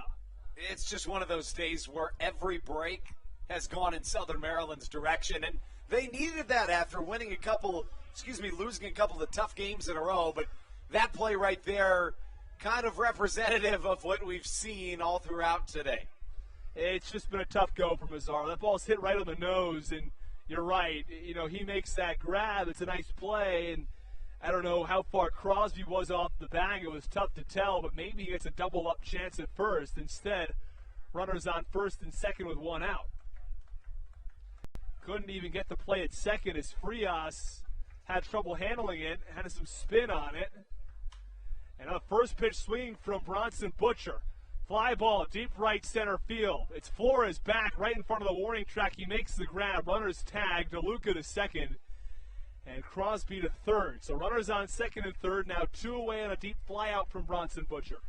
Butcher really put a charge into that one, Austin. I mean, he's a guy that has struggled at the plate this season, again, in limited opportunities. But a 143 hitter, I mean, that was a well-struck piece of hitting. He's a big dude, so certainly we know the power is there. Has displayed it from time to time. A good amount of the hits that he has recorded have been for extra bases this season. Yeah, again, it's a well-hit ball, as you said, and near the warning track, but just tracked down by Flores. And Bronson Butcher had a good piece of hitting that time. Hasn't registered a hit in either of the last 2 games when he started behind the plate. First pitch now to Jake Marshall, the designated hitter. He is also a catcher by trade. Has only had 1 opportunity so far this season. It was back on his birthday against these same Long Island Ducks. But he struggled a little bit behind the plate there with base runners. So not getting the start tonight behind the plate. 1-0, that's outside, and the count 2 balls and no strikes on Jake Marshall. He's walked this afternoon already. 0 for 1 with a walk, and he had a base hit up the middle last night. He's making the most of his opportunity now. 2-0, swing and a foul ball behind home plate, count 2-1. And to your point, yeah, the last time Jake Marshall started behind the dish for Southern Maryland was back on that date, August 5th, in which the Ducks set a franchise record for stolen bases with 10 on the day. About 12 starts at the catcher position this year for Jake Marshall, who started the season incredibly at the plate. 7 for his first 14. The 2-1 pitch swung on and missed, count 2-2. And of course, about 14 games into the season, there was no qualifiers, so there was a time that he led the Atlantic League in batting average, technically. Still with a lot less at bats, but at the same time, I mean, nobody can take that away from him. Count 2 balls and 1 strike. I'm sorry about that. Now the count 2-2 after he fouls that pitch back to the screen. So 2 balls, 2 strikes, 2 outs. 2 runs in for the Blue Crabs here in the bottom of the 5th. It's 7-0 Southern Maryland. In Marshall's first game played this season, he went 3 for 4 with an RBI and a run scored. That was against West Virginia in a win for the Blue Crabs. 2-2 runs in, and the count 3-2. And if I'm Marshall, I'm looking for something straight and on the outer edge. I think Vin Mazzaro is just going to try to get something across. And that's the type of pitch Jake Marshall can take advantage of. DeLuca from second, Crosby from third here in the bottom of the 5th. On the other end of the ball, Long Island's been very quiet with a 3-2 to Marshall, and he fouled it off the inside of his shin, right by that shin guard that protects him. Blue Crabs scored 1 in the second, added 4 in the third, and 2 more in the 5th. Mazzaro began his professional career after being drafted in the 3rd round by the Oakland Athletics back in 2005. Made his MLB debut in 2009. Tossed 6 1/3 scoreless innings for the White Sox. A lot of guys here in the Atlantic League, especially within the Ducks organization, have MLB experience. Of course, the best known probably in the league, though, on Southern Maryland, Matt Latos, former starter for the Padres, and then he played with 5 or 6 other MLB clubs briefly. 3-2 pitch, swung on and missed, struck him out. As Marshall goes down swinging, worked a deep count, but ultimately goes down swinging and leaves 2 Blue Crabs on base. We're finished with 5, Southern Maryland 7, Long Island nothing. You're listening to the Hometown Real Estate Broadcast Network.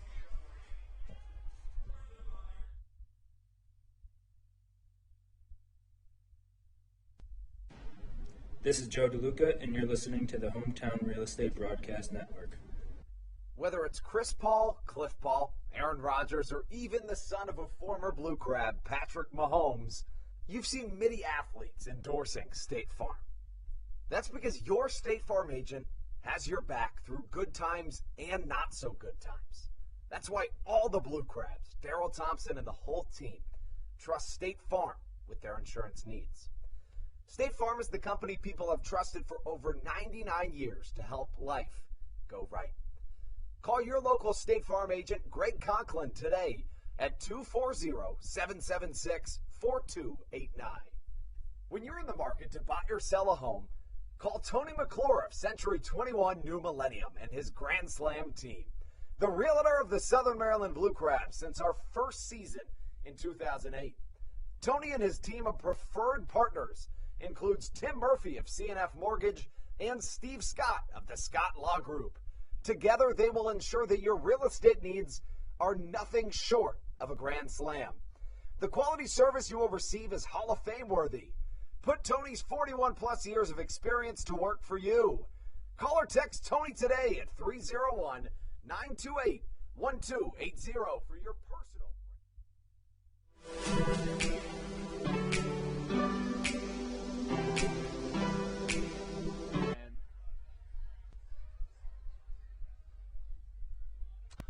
Top half of the sixth inning, the Blue Crabs 7, Ducks nothing, and Daryl Thompson has worked a terrific outing thus far.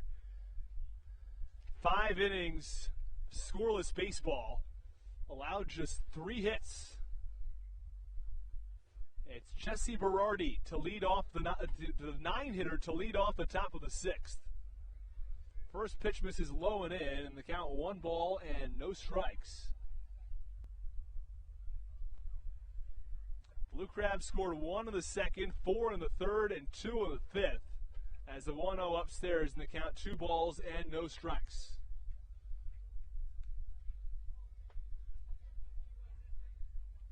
Here's the 2-0. This ball swung on and driven high in the air, fouled on the right field side, getting over the kids' park. Well, actually deflects off of a slide in the kids' park. It looked like it might get all the way out of there, but stays in Regency Furniture Stadium. Either way, a well-hit ball by the third baseman and 9-hitter Berardi. 2-1. A little low in the count, 3 balls and 1 strike. 3 infielders on the right side for the Blue Crabs. Shortstop for the Blue Crabs, Michael Baca, just barely on the first base side of second. 3-1 is cut on and popped up. It's McAdams who shades over towards where shortstop normally is.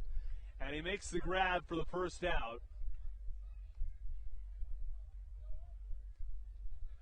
Either way, I think a note of that, not only so you know where the fielders are, but also because the Blue Crabs and, well, the Atlantic League at large did not allow more than 2 infielders on either side of second base. So it forced the first baseman and second baseman on that first base side and the shortstop and third baseman on the third base side, virtually outlawing shifts. As the first pitch, a called strike on the left-handed hitting leadoff man, Vladimir Frias. Count 0-1. They still try to pull the second baseman over a little bit as the 0-1 is swung on and fouled off behind home, played out of play, count 0-2. But without having multiple infielders on that side, you can only do so much. But this year it's allowed. What is not allowed is having infielders on the outfield grass. So you can have 3 guys. They just all have to be on the infield dirt. Well, the 0-2 swung on and driven, fouled on the first base side, I should say. Back over towards that kids' park. Kids, get those passes to the kids' park. You'll wind up with a foul ball and a souvenir. This one hitting the blow-up slide. Not sure how else to put that sort of fun machine. The 1-2 pitch is cut on, or 0-2 pitch I should say, is popped up and gets in the seats. First baseman DeLuca, second baseman Harris ran out of room going after that foul ball. Elderly gentleman comes up with the baseball And I think he's hanging on to it. A couple of kids are looking for it. Let's see, is he going to give it to the kid? Now, a souvenir's fun for everyone, don't get me wrong. But there he is. He does give it to the kid in the shorts. 0-2 pitch. Swinging a ground ball. It's in fair territory this time. First base side to Lucas got it. He'll step on the back himself, and they're 2 away. 11 in a row now retired by Daryl Thompson. Dating all the way back to the 3rd inning.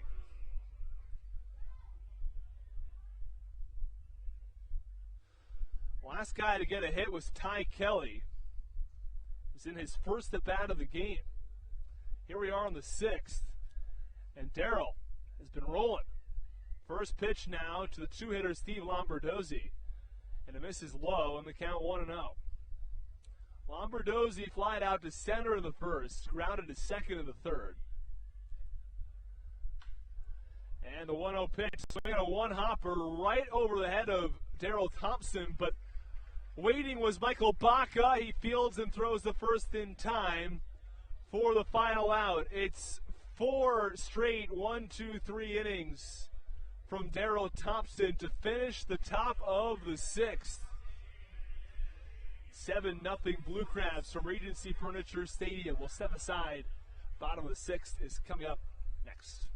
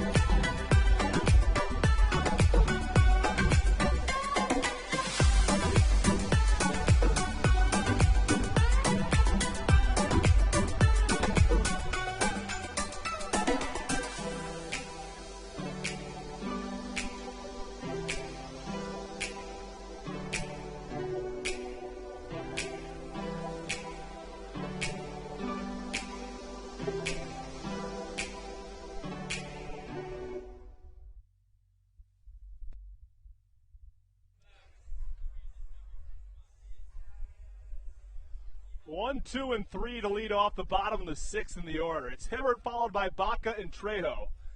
All Blue Crabs this afternoon. I mean, 7-0. They scored 1 in the 2nd, 4 in the 3rd, and 2 in the 5th. As first pitch strike, there's a new pitcher on the mound. Andrew, do you have his numbers? Sure do. It's Hunter Caudell, the new arm into the mound. But first, let's talk about Vin Mazzaro. 5 innings, 11 hits, 7 runs, 4 of them earned. 2 walks and 3 strikeouts for the right-hander. As for Hunter Caudell, the Blue Crabs have seen him already a couple of times this year in his few appearances as a Duck. 6 appearances, 2 of them starts for the right-hander. 13 2/3 innings worked, allowing 4 earned runs and 12 hits. The issue, 11 walks for the right-hander. You guys, ahead of the count 0-2, though, got a swing and a miss from Matt Hibbert. He's been on base 3 times tonight. 0-2, called strike 3, hits the outer edge, and Hibbert goes down looking. Hibbert was hit by a pitch. He singled twice, came around to score in the 3rd, but goes down looking here in the 6th for the first out. And meanwhile, the Ducks have been held completely in check by Daryl Thompson, who's now retired 12 in a row. Last hit coming in the third inning, and they've been completely held off the board. Again, 7-0 in favor of the Blue Crabs. Here's Michael Baca, 0 for 3 tonight. First pitch, fastball on the outer corner. Reached on a error by the center fielder Ramon Flores. It popped in and out of his glove and later came around to score on an RBI single from David Harris. Harris has 4 RBIs along with 2 homers. A career day for David Harris. The 0-1 misses in, count 1-1, but you said it. Home run to right down the line, a 2-run shot over the mini monster and out of the park. 1-1 delivery. Swinging a ground ball toward third base, fielded by Berardi, throw to first in time, and there are 2 away. Harris's batting average up to a season high 276 now. He's got 12 homers and 52 RBIs. Right leading. back on the tail of, actually he's got 53 RBIs. He's up there with McAdams. That's right. I think McAdams is 54 or 52. They're all right in that mix. McAdams coming into today right over that 50 mark. So I think McAdams now has 52 with his 2 RBI double. Harris came in with 49. He's got 4, so I guess he's taking the team lead. That's right. You're right. McAdams is at 52. 0-1, driven high and deep to left center. Forget about it. This one bounces on top of the mini monster and gets out of here. It's an 8-0 Blue Crabs lead as Trejo goes deep. Trejo with a massive moonshot continues to do special things for this Southern Maryland team. He's one of those rare guys that has elite speed and elite power. Really a combination that's highly sought after in today's game of baseball. What a hitter. I mean, he had a tough break in the first inning, ground into a 5-4-3 double play, but since an RBI single, he walked, came around and scored a run, and he's homered, and you said it. One of the biggest bats in this Blue Crabs lineup, well, maybe behind this guy, David Harris, who's already homered twice today. First pitch, fouled off behind home plate. And Harris began the season in the 7th spot. About mid-June, he moved into the cleanup spots, been there ever since. Really an everyday guy from day one. Trejo was traded to Southern Maryland with the intention, is my understanding, of using him every day, but with the higher performance of Southern Maryland's outfield across the board, he was moved for a short time into a supplementary role before again moving back into that starting spot. Right, the 0-1 upstairs, count 1-1. And he is one of the top hitters in this Blue Crabs lineup. There's no question about it. The 1-1 swung on and missed now by Harris, behind in the count 1-2. The home run from Harris right down that right field line, barely clearing it in his first one. No doubter for the second, and then the single also helping the Blue Crabs along. 1-2 pitch, yeah, that's strike 3. Outer half, and he goes down looking. So we're finished with 6. It's 8-0 Southern Maryland. You're listening to the Hometown Real Estate Broadcast Network.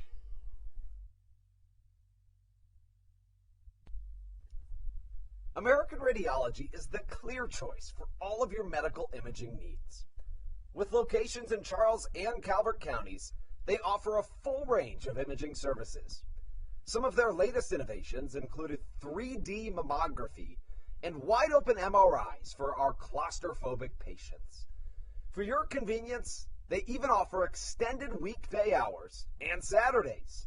For more information or to schedule an appointment, visit their website at AmericanRadiology.com. 2020 was a year unlike any other for everybody. Quickly, the Southern Maryland Blue Crabs came to the realization that baseball must take a backseat to humanity.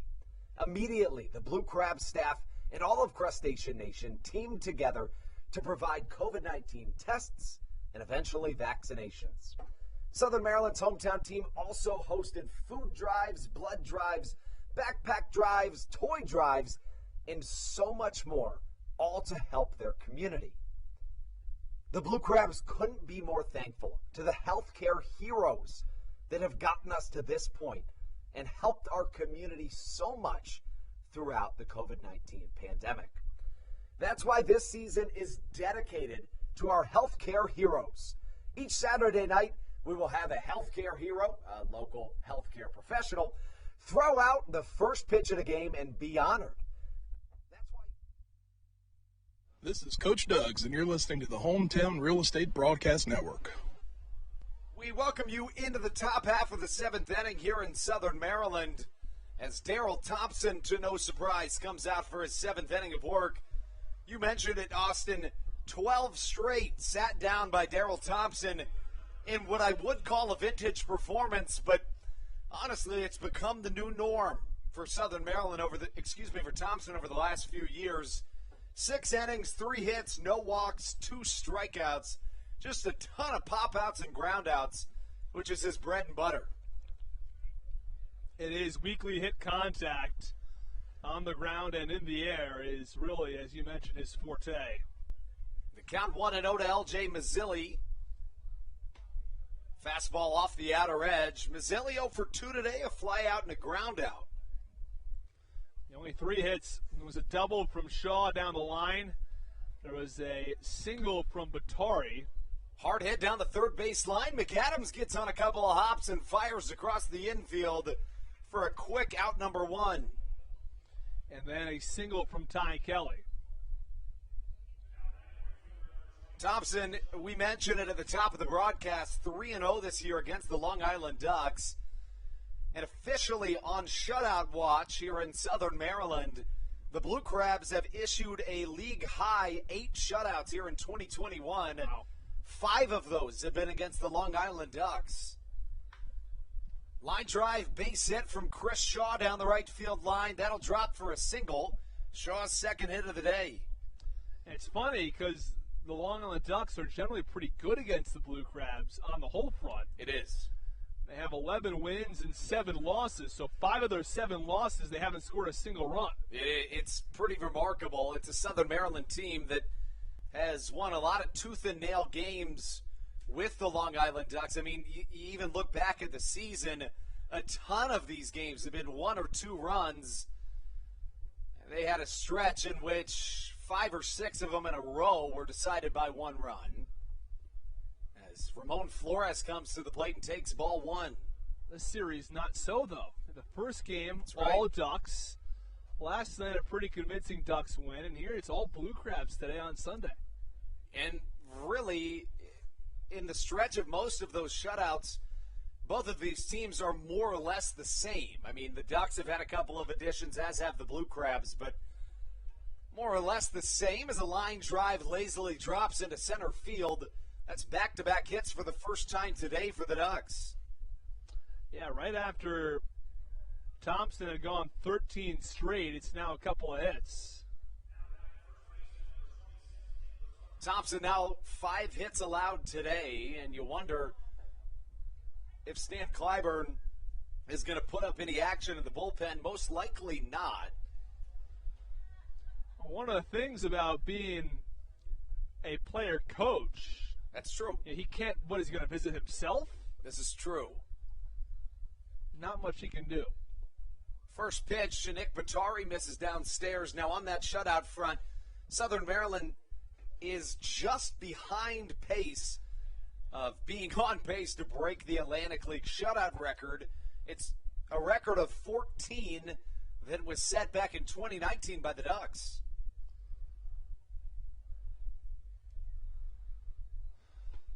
Fastball swung on and missed by Batari. The count 2-1. In this Atlantic League, in this 2021 season, we mentioned the shutout numbers. The team with the second most shutouts behind the Blue Crabs this year is the Ducks with 5. The rest of the league combines for another 3 shutouts. So the Ducks and the Blue Crabs with 13 of the 16 shutouts issued here in this 2021 season. Yeah, wow.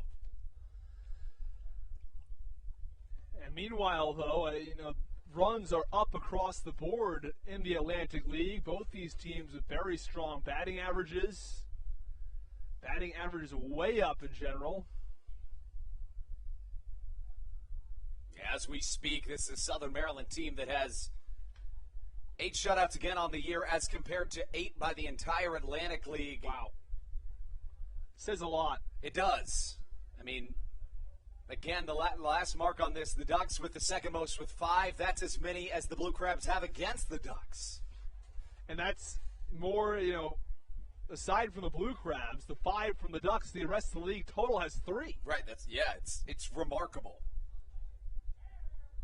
Southern Maryland and Daryl Thompson looking for their 9th. Thompson's been a part of 4 of those 8 shutouts, whether in a complete game effort or handing it over to the back end of the bullpen.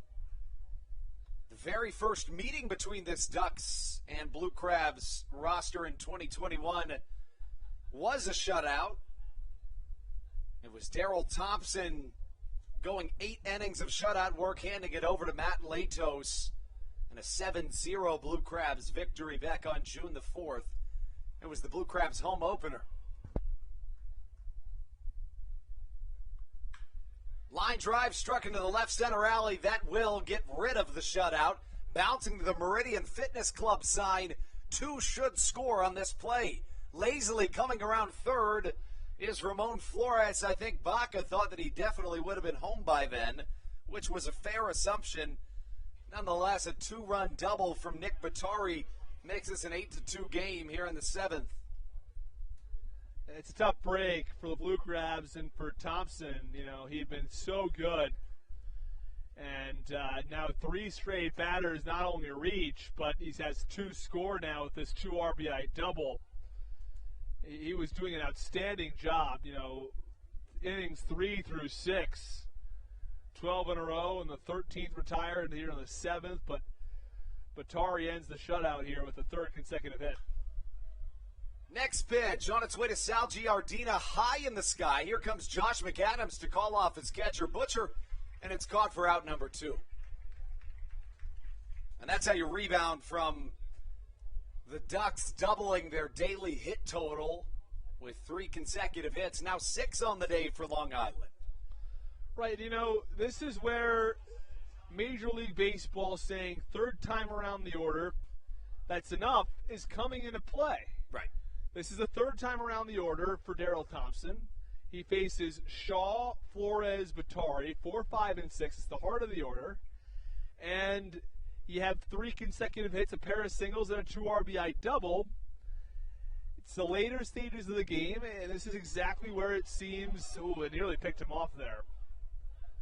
But this is where it seems like there's a real point there, and the data backs that up. Thompson and Baca have a really good connection. We saw in Thompson's last start, Baca was playing his position, of course here playing the shift, so more easily accessible as the second base bag, but beautiful connection between Baca and Thompson.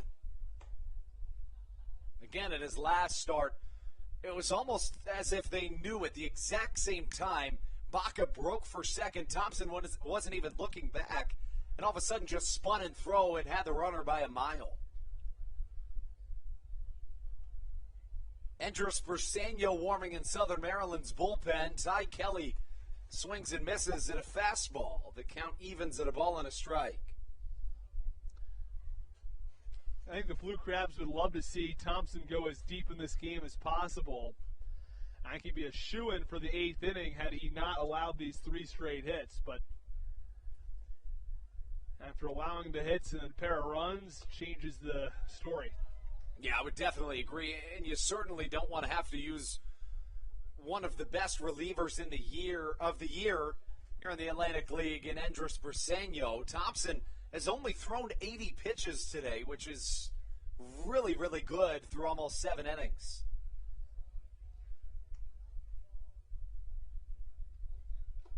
1-2 upstairs, swung on and missed. The 3rd strikeout of the day for Daryl Thompson as Ty Kelly angrily throws his bat towards his dugout. We're through 7.5 here in Southern Maryland. We take you into the 7th inning stretch with the Blue Crabs 8-2 lead on the Hometown Real Estate Broadcast Network. Dyson Building Center is one of the oldest family-owned and operated hardware, lumber, and building supply stores in Southern Maryland. They are located in St. Mary's County on Route 5 in Great Mills. Dyson's has an expansive and diverse inventory to help you with all of your home improvement and project needs.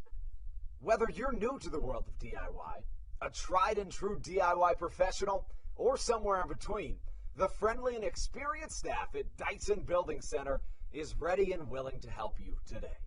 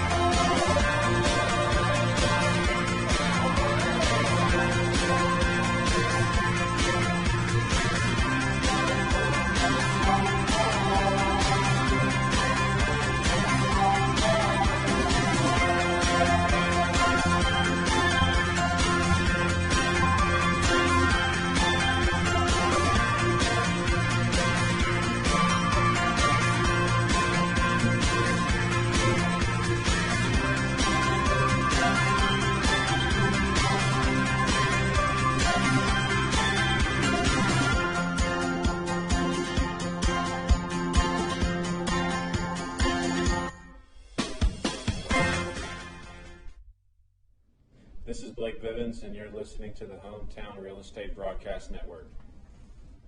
Alex Crosby up to the plate to face off against Hunter Caudell in his second inning of work. Crosby takes a called strike to start us off. Alex 2 for 3 today with a pair of singles. Caudell in his first season of professional baseball, signed out of the MLB Draft League. Yeah, it's one of the new leagues that Major League Baseball is working with, and it's very interesting. So we talked a little bit yesterday about the restructuring of minor league baseball from what was about 6 or 7 levels, depending on what you consider, down to just 4. There's also a spring training complex league, which is sort of that 5th rookie ball league. But by and large, they're basically 4 minor league teams now for the MLB. And so, as a result, there were a ton of teams that were left without homes. A number of teams that have since joined the Blue Crabs. West Virginia Power, or a former affiliated team, along with the Lexington Legends. So, there are a couple teams that are now joining here in the Atlantic League. Line drive from Crosby to the right side. Hangs up a little too long. Ramon Flores catches for out 1. Anyways, to cut to the point here, a number of the former short season teams, low A teams, and even double A teams that have been cut have sort of been transformed into summer league teams. There were a whole bunch of rookie leagues. The entire Appalachian League was cut. The entire Pioneer League was cut. So they've now transformed a lot of these teams that had smaller facilities into what are called the MLB Draft Leagues. Now, the Pioneer League is now an independent league that's Right. a partner league. Right. So they're doing different things with different leagues. What used to be the top league was the Cape Cod League. And there also is a couple other leagues down the coast. Josh McAdams grounds to the left side, fielded by Berardi, thrown across the infield for out number 2. There's the Coastal Plains League, which is a coastal league here. It's right around this area, a little bit south. And then there's the Northwoods League in the Midwest. These are all leagues that college kids will go to because you go to college, you're not signed by an MLB team. All these guys trying to make the major leagues. So after their freshman and sophomore season, sometimes after their junior years as well, if they're not drafted, they'll go to these leagues. Now the MLB Draft League now becoming that premier league now that the MLB is partnering up with it. And it's a newly formed league created by the MLB, right? Right, exactly. You have to imagine the folks in the Cape Cod League and the Northwoods League and the Coastal Plains League and all of those leagues weren't probably too pleased with that decision, but I think it's a good decision and it's good for baseball.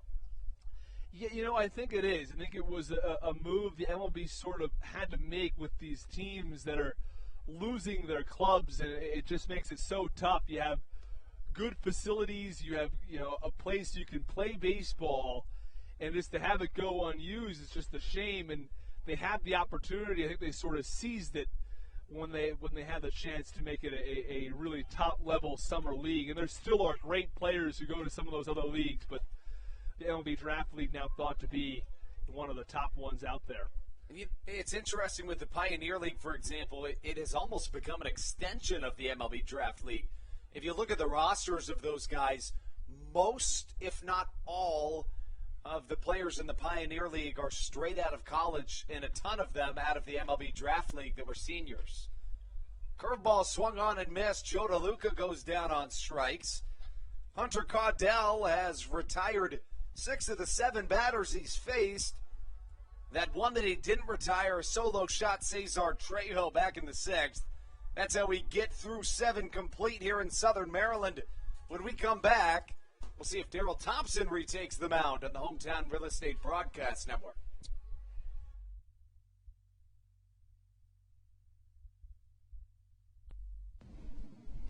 This is Daryl Thompson, and you're listening to the Hometown Real Estate Broadcast Network. Whether it's Chris Paul, Cliff Paul, Aaron Rodgers, or even the son of a former Blue Crab, Patrick Mahomes, you've seen many athletes endorsing State Farm. That's because your State Farm agent has your back through good times and not so good times. That's why all the Blue Crabs, Daryl Thompson and the whole team, trust State Farm with their insurance needs. State Farm is the company people have trusted for over 99 years to help life go right. Call your local State Farm agent, Greg Conklin, today at 240-776-4289.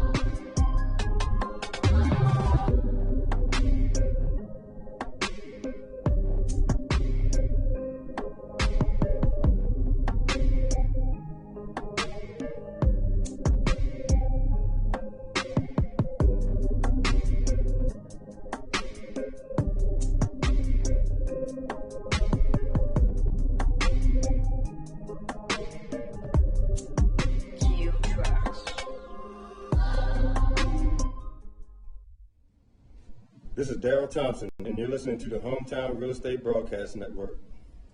Whether it's Chris Paul, Cliff Paul, Aaron Rodgers, or even the son of a... Well, to our pleasant surprise, Daryl Thompson back out onto the mound for his 8th inning of work here on the Hometown Real Estate Broadcast Network.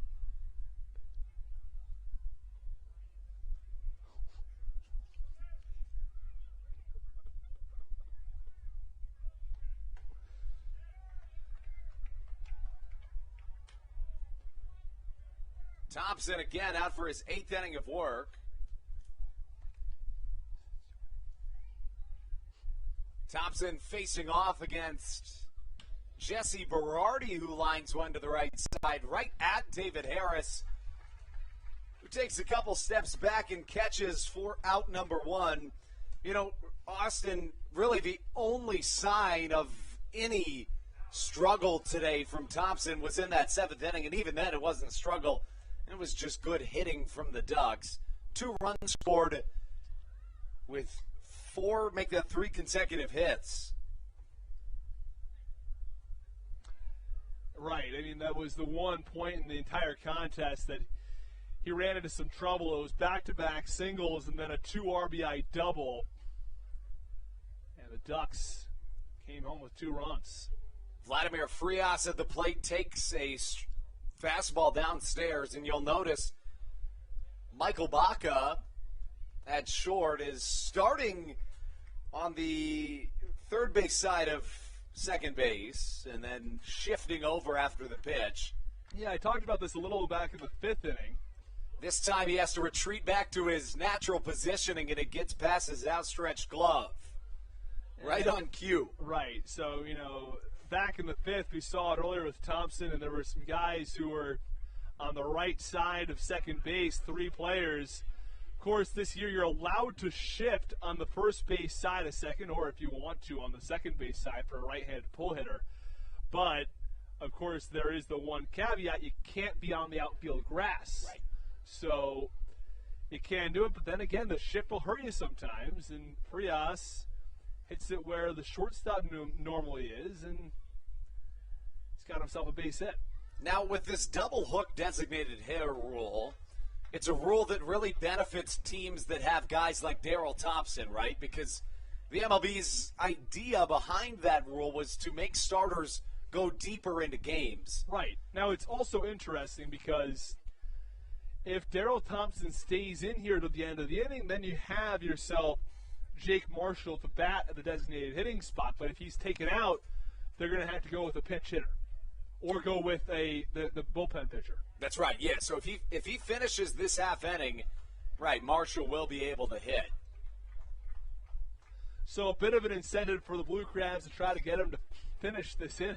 That's right. I completely agree.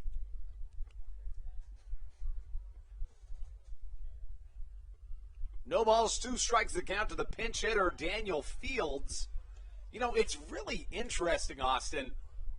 We have seen basically no Daniel Fields, not only in this series, but even the last time the Ducks came here to Southern Maryland.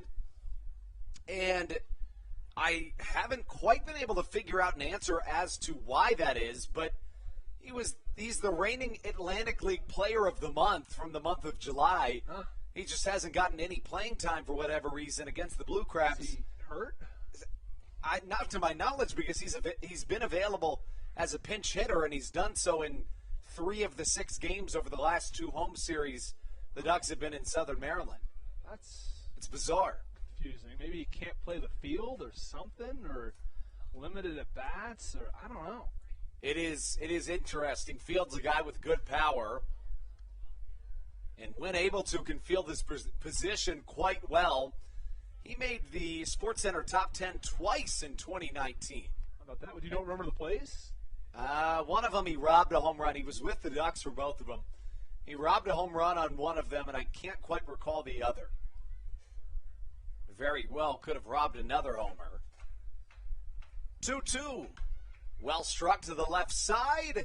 Here comes Cesar Trejo on a long run, and it just dances foul.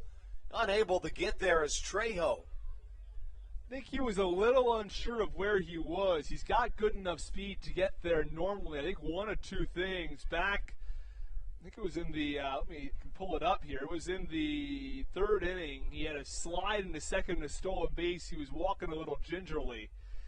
And then the second reason there that might have been an issue, they have ongoing bullpen right there on the left side, and he might not want to get hit by a pitch or, run into that bullpen. So came up a little bit short. The ball barely bounced in foul territory, but he's a fast enough guy that normally gets that ball. Yeah, I agree. He looked a little bit uneasy under his feet today.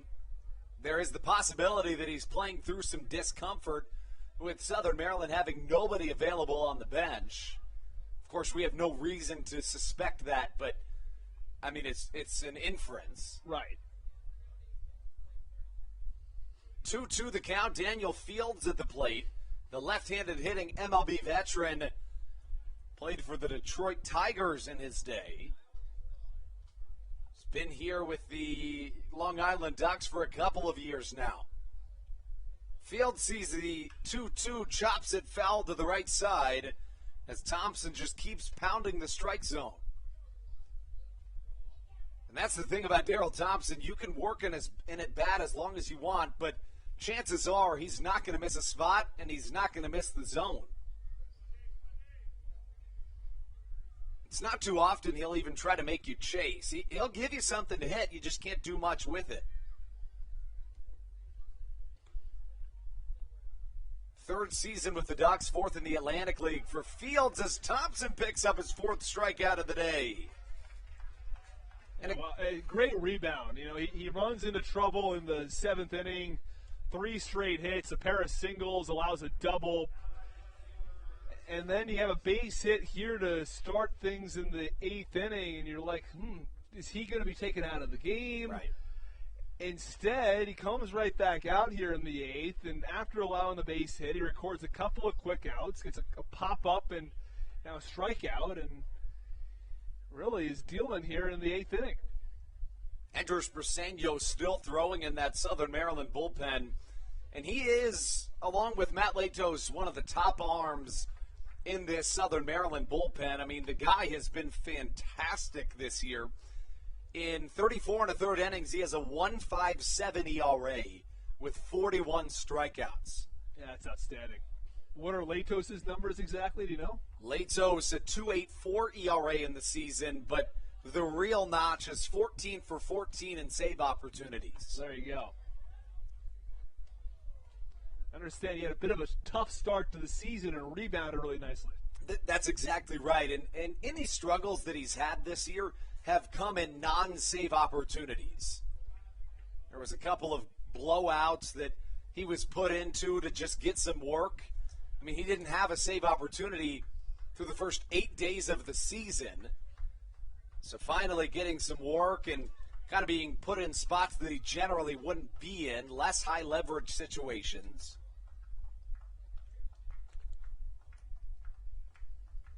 As Chris Shaw's, LJ Mazzilli's at bat continues. High fly to the right side. In comes David Harris in shallow right field to catch out number 3. Thompson with 8 innings of 2-run baseball. The Prince of La Plata continues his fantastic run in this 2021 season. Not sure if he'll be out for the 9th. Either way, an incredible day. For sure. You got to be happy if you're Daryl Thompson. 8 innings, 2 runs for one of the best pitchers in Atlantic League history. When we come back, it'll be 8-9-1 due up for Southern Maryland on the Hometown Real Estate Broadcast Network.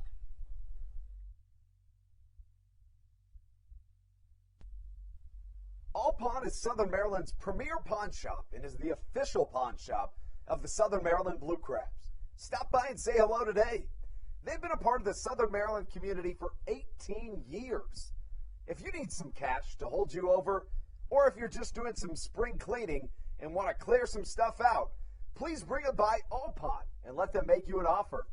If you have broken jewelry or some that you just don't want anymore, please bring it by and they'll pay you more than anyone in the Tri-County area. They're located on 301 in White Plains, just south of DeMar Road. Go Blue Crabs! Hey Blue Crabs fans, make sure to visit the All-American Steakhouse and Sports Theater at 35 St. Patrick's Drive, right here in Waldorf, for some great food with great friends. Their steaks are fresh, hand-cut, in-house daily, as well as many other fresh seafood, chicken, and beef options.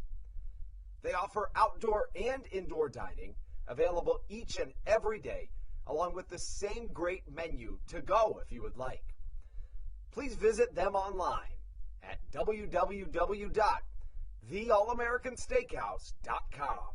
That's www.theallamericansteakhouse.com. You can also visit them on Facebook or Instagram. They have daily specials that you just can't pass up. Thank you, Blue Crabs fans.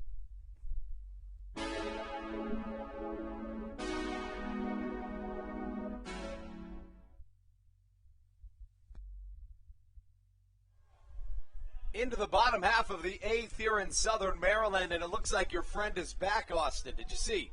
Oh, no, it isn't? I just saw it swarming around your head. Darn it. Do you want to tell the good people what it is we're referring to? So if you weren't here for the earlier innings, I'm just going to sit here and we'll deal with it. If it stings me, it stings me. There's a massive hornet. It's like 2 or 3 inches long. Not quite as big as a cicada killer, but it's close. And this thing, it almost looks like it's got something connected to it, or something that's coming off of its like side. Right. That's massive. It's like even longer than the 2 inches long that it is. So it's a huge bee, and it's chasing people all over the place. Doesn't like causing you. havoc. Doesn't like me either. It is yet to sting me, but who knows? Maybe I'm next. Bronson Butcher, the man up to the plate, he faces a new arm in the form of Chris Reed. Reed, an MLB veteran, played in 2 games with the Miami Marlins in 2015, but here in the Atlantic League in 2021 has had his share of struggles. 22 appearances, a 6.67 ERA, 40 hits, 20 walks, and 28 1/3 innings. Batters are hitting .293 off of him in his Atlantic League career. But here in 2021, an opponent batting average of .331. Yeah, well, a couple of guys will have an opportunity to get some hits off him here with Butcher and Marshall, 2 guys who have been struggling recently, so they can turn it around. Reed, however, has been good of late in his last 4 appearances, 3 2/3 innings, just 2 hits, no runs. His appearance prior to that, however, 2 innings, I should say, 6 hits, 5 earned runs, 2 walks. Butcher records his 2nd strike on a foul ball.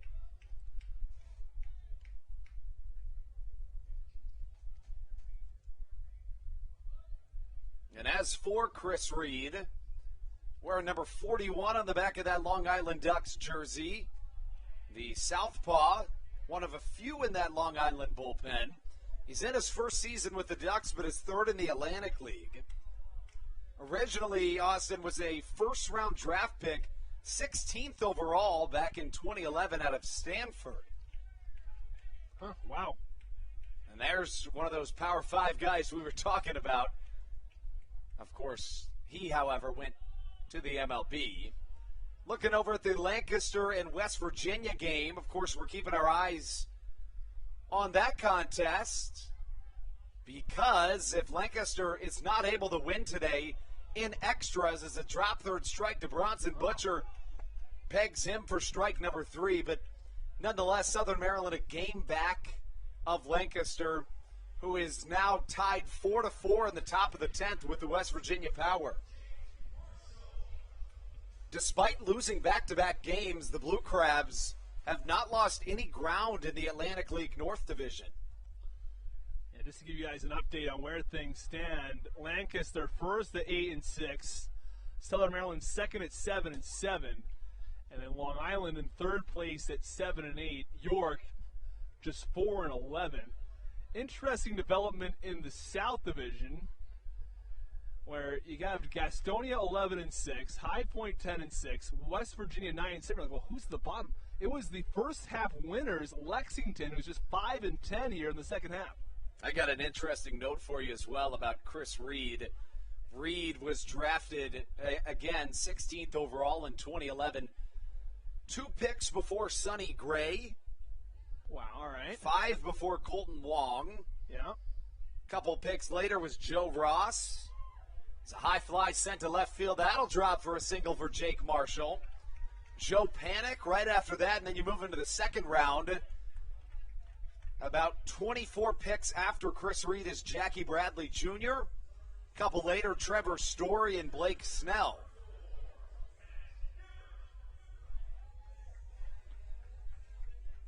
And none other than Mookie Betts was picked about 150 spots after Chris Reed.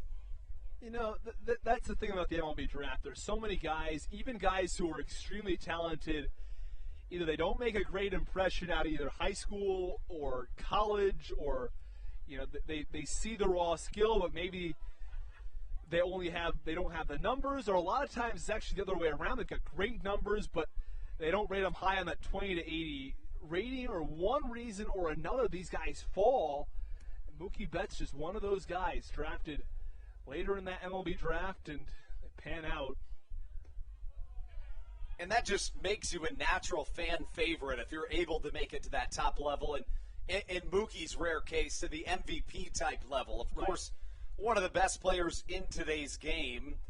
Your beloved Red Sox traded him, and at the time, a very controversial trade, but Alex Verdugo seems pretty darn good. Yeah, well, he's not Mookie Betts. Right, exactly. I personally... He's a fun player to watch. Brings a lot of life and energy to the game. The Dodgers have been on the winning end of a couple of real lopsided trades of late. One of them, of course, haven't seen the way it'll pan out, but you just look at that Scherzer and Trey Turner trade and wonder, couldn't you have gotten that prospect haul for just one of the two? Did you really need to put Turner in that trade? Yeah, right.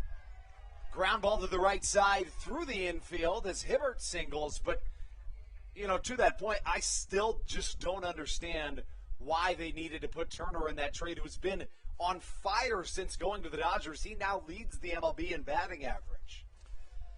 A lot of those trades, teams are just desperate for prospects looking for a rebuild, and they have a guy they like in there. Sometimes it takes an overpayment to get that deal done. No, but I agree with you in general. It didn't seem like Turner was going to need to go on that deal, but especially because he's really not that old. I mean, yeah. He's in his mid to late 20s, but that's kind of the prime for an MLB player today. Of course, the cornerstone you're going to build around is Juan Soto as Michael Baca singles into left field. Jake Marshall held at third as the base is now juiced for Southern Maryland with none other than Cesar Trejo coming to the plate. Yeah, well, in hindsight, I think we all know that Marshall could have made it as that throw was way offline, but you don't know that when you're sending him. That's true, and we remember earlier in this game, Marshall was thrown out at third. Right, he dove a couple feet earlier than he should have, and he just sort of was stopped a little short of the base. He eventually got there, but not in time before the throw beat him. Trejo 2 for 3 today with a home run and an RBI single. Also stole a base and walked. His day didn't start out the way he wanted it to. Grounded into an inning-ending double play back in the first, but has done nothing but dominate this Ducks pitching staff ever since. The 1-0 on its way from Reed. Trejo takes an off-speed on the outside corner. A called strike as the count draws even. One thing I really do like about the robotic umpiring here, we've gone I've seen 3 games now in this 2021 season. And, of course, it's going to be consistent, but that's all it's been. It's been outstanding. Trejo singles up the middle. 1 run will score. Matt Hibbert rounding third. The throw goes there as Hibbert comes around to score. Southern Maryland on top 10-2 as the hit parade continues. The Blue Crabs breaking out of a brief offensive sequence of struggles over the last 2 days, but this offense can only be held back for so long. Right. I mean, this is a Blue Crabs team that has been firing on all cylinders at the plate today. After the last 2 days, they struggled to really get the offense moving. They scored 5 on Friday night, and they had quite a few hits each of the last 2 nights of driving and runs. David Harris sends one to the left side. 3 on the day. Have yourself a day, David Harris. Bye-bye baseball. The 3rd of the day. How about it? Wow. It's the first time I've ever seen this in person. A hitter hit 3 home runs all across the ballpark, too. The first one down the right field line. The second one to deep left. This one to left center. Wow. Harris has got to be feeling good about himself right now. 7 RBIs on the day for David Harris. That ties the Blue Crabs franchise record that was set by Ruby Silva 2 weeks ago. Has anybody ever had 3 home runs in Blue Crabs history, you know? That I'd have to check our media guide for. I believe off the top of my head the answer is yes.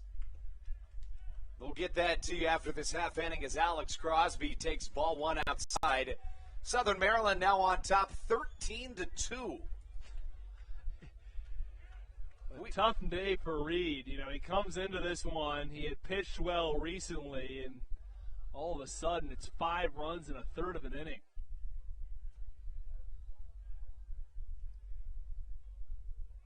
Good news, rain does not seem to be coming. There was some thought for a while on the forecast. There was a good chance the thunderstorms would be hitting us in the 4, 5, and 6 o'clock hours, but it has not come. Instead, a mostly sunny day. Some nice looking clouds out in right field. Can't quite see them right now, but maybe later. Alex Crosby's had a good day as well, overshadowed by Trejo, Harris, and the like. But Crosby today 2 for 4 with a pair of singles. Southern Maryland with 16 hits on the day. As Crosby waves at an off-speed on the outside corner. Out number 2 recorded by Chris Reed. That brings up Josh McAdams. McAdams 1 for 4 today with a 2 RBI double back in the third, but he's really put a charge into the ball in each of his plate appearances. Right, he had a fly ball to center, probably hit it 390 feet, and then another one to right center that he probably hit 380, and he's gotten a little unlucky with where he's hit these balls, and the right fielder and center fielder has been able to track him down. These are near home runs. It's a real possibility in a shallow ballpark, maybe center field 390, that he's hit 3 balls out. Maybe 380. I mean, it would have to be a shallow park, granted, but still. And you know, you mentioned something really interesting about David Harris's 3 home runs. They've all been to different spots of this ballpark. The first really just snuck over that right field wall. The second was a no-doubter over the mini monster, and then the third was to one of the deeper parts of this field. He went bridge, as they say, over that boardwalk in left center field. I mean, 3 absolutely fantastic pieces of hitting for David Harris, who has a career day. He did strike out in the 6th, but on the day 4 for 5 with 7 RBIs and 3 home runs.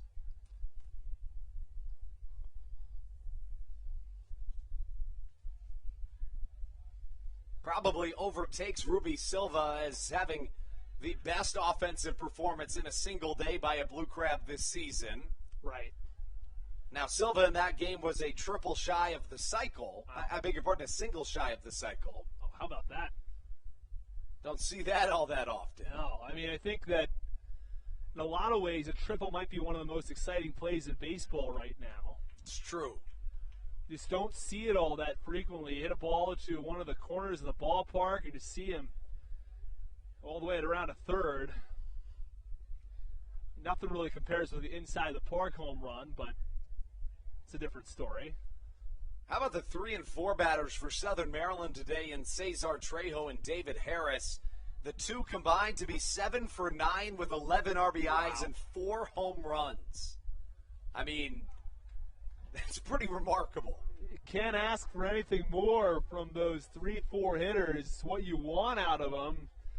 Not sure how often you're going to get a 7 for 9, let alone the 4 homers and 11 RBIs.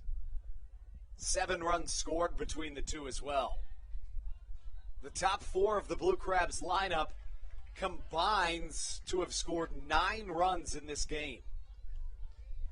As Josh McAdams takes a 5-pitch walk, and now comes the 9th batter of this inning for Southern Maryland in the form of Joe DeLuca. And it does look like All signs point to Andres Briseño coming out for this ninth inning. He has been throwing for quite some time and just stopped. DeLuca today 2 for 4. Southern Maryland again with 16 hits. They've also drawn 3 walks.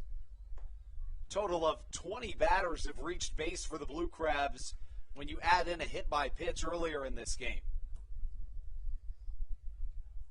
True offensive explosion for a Southern Maryland team that has an opportunity to maybe sneak into a tie for first place today. Fastball way inside from Chris Reed. The count draws even and a ball and a strike. Do you have any update on the Lancaster game? That's what I'm checking on right now. Blue Crabs will move to 8-7 with a win and snap a 2-game losing streak. And it looks like the West Virginia Power walk off the Lexington Legends in the 10th inning. And all signs point to a Southern Maryland tie for first place, barring a unprecedented comeback by the Long Island Ducks in their half of the ninth. Wait, so West Virginia walked off Lancaster? Or? Certainly, yes. They walked off Lancaster. So you said Lexington there. I beg your pardon. They walked off Lancaster 5-4 the final in 10 innings. All right. So Southern Maryland, as we speak, a half game back of the Barnstormers. Ground ball to the left side. Frias takes the easy one. A fielder's choice at second base is how we get through 8 complete. Southern Maryland didn't really need the insurance runs, but just for good measure, adds 5 runs in the 8th inning. 13-2 the score. Southern Maryland on top as we take you into the top half of the 9th right here on the Hometown Real Estate Broadcast Network.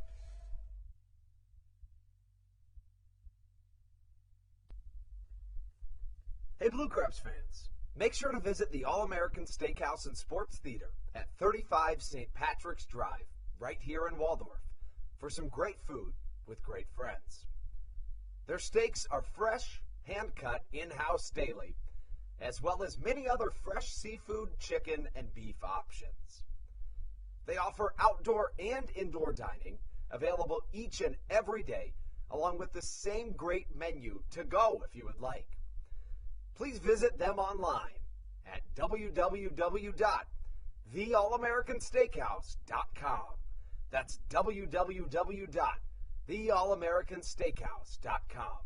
You can also visit them on Facebook or Instagram. They have daily specials that you just can't pass up. Thank you, Blue Crabs fans. When you need a win on the road, don't get left stranded. Make AAA part of your roster, and you'll always have someone on deck ready to get you home.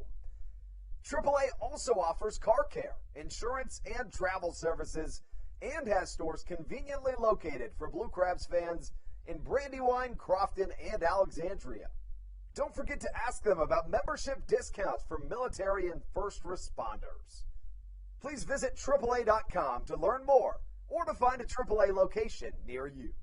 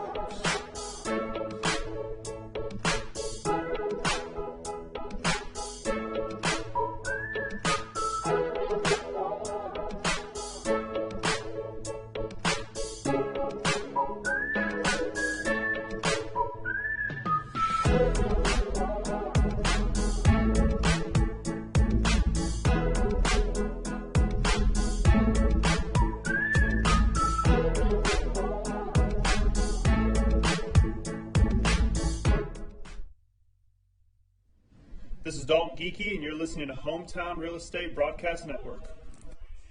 Andres Briseño comes out to the mound after Daryl Thompson's day is officially over. The Prince of La Plata goes 8 innings in line for the win. 7 hits, 2 runs, both earned. No walks and 4 strikeouts. 99 pitches, 72 of them in the strike zone. mean, just remarkable stuff from Daryl Thompson. It's just what we've come to expect. And now the fireballing right-hander on his first pitch gets a ground out from Chris Shaw as Michael Baca throws across the infield out number 1. This is a Southern Maryland team that had lost 2 straight after having their 6-game win streak snapped. The Blue Crabs in position to tie for first place in the Atlantic League North Division. Ramon Flores now to the plate. He's 1 for 3, grounded into a double play in the second, struck out and then singled. Fastball strike on the outer edge, and Andres Briseño is, in my opinion, the reliever of the year to this point in the Atlantic League. A 1.57 ERA, 41 strikeouts in 34 1/3 innings pitched.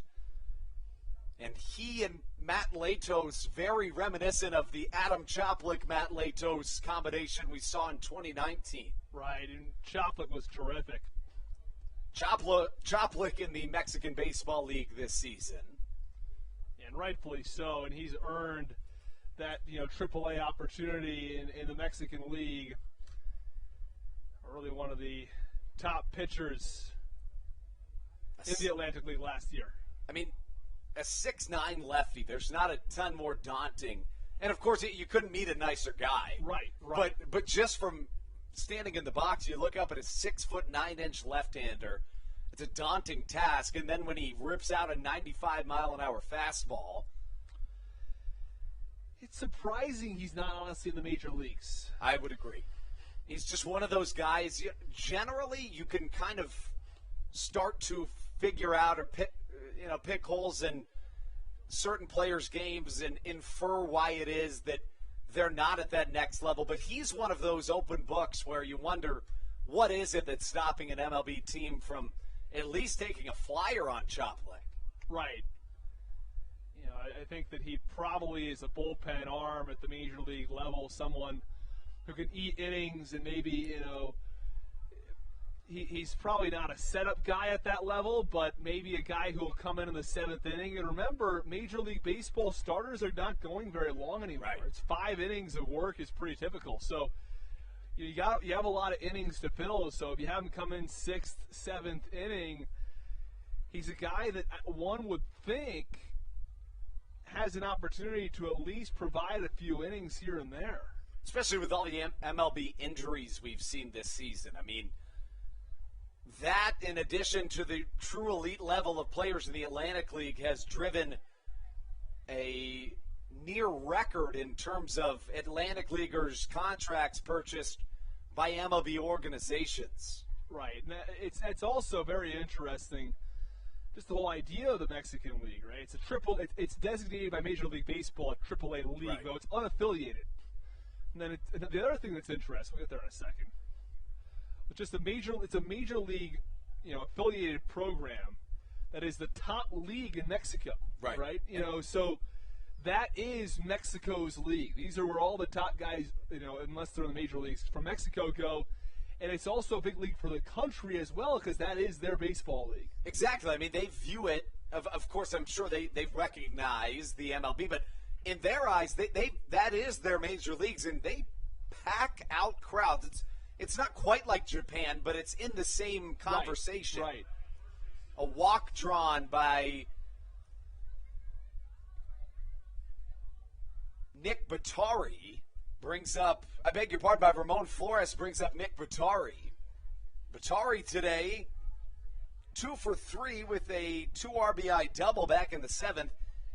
In the 5th, he hit a foul home run that was just inches from being fair. Right. I called it. I thought it was going to be a home run. It looked like it was. And then it went about, as you mentioned, maybe 5 or 10 feet foul. It was well enough distance to get out of the ballpark here. Briseño's pitch fouled back into the netting. And, you can make the argument Briseño's one of those guys, too. If you want to be nitpicky, the only thing that you could really say Briseño has any ounce of an issue with is the walks, but only 13 of them in 34 and a third innings. Just a touch higher than you might want, but really not bad. Right. Yeah, again, he's somebody who is, again, a hard-throwing right-hander. What are his velocity numbers looking like today? Let's check on that as he faces off against Nick Batari and sees a 2-ball, 1-strike count. The velocity peaking at 96 miles an hour for Briseño. Yeah, another guy right there. You'd have to expect some affiliated team, maybe a Mexican team, to express interest in a guy like that. It's true. Briseño spent the first decade of his career in the Detroit Tigers organization.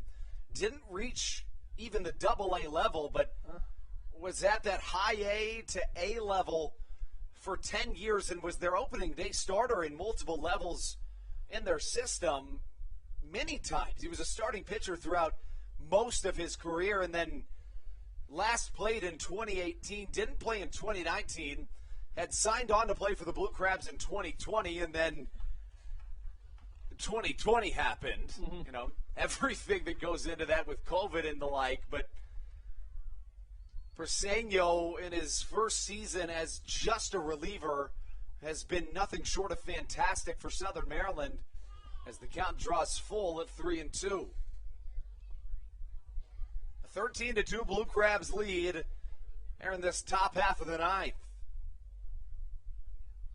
The payoff pitch hit into the sky, stays in the infield.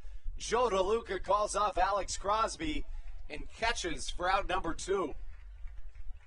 And a good rebound by Briseño, who works that out.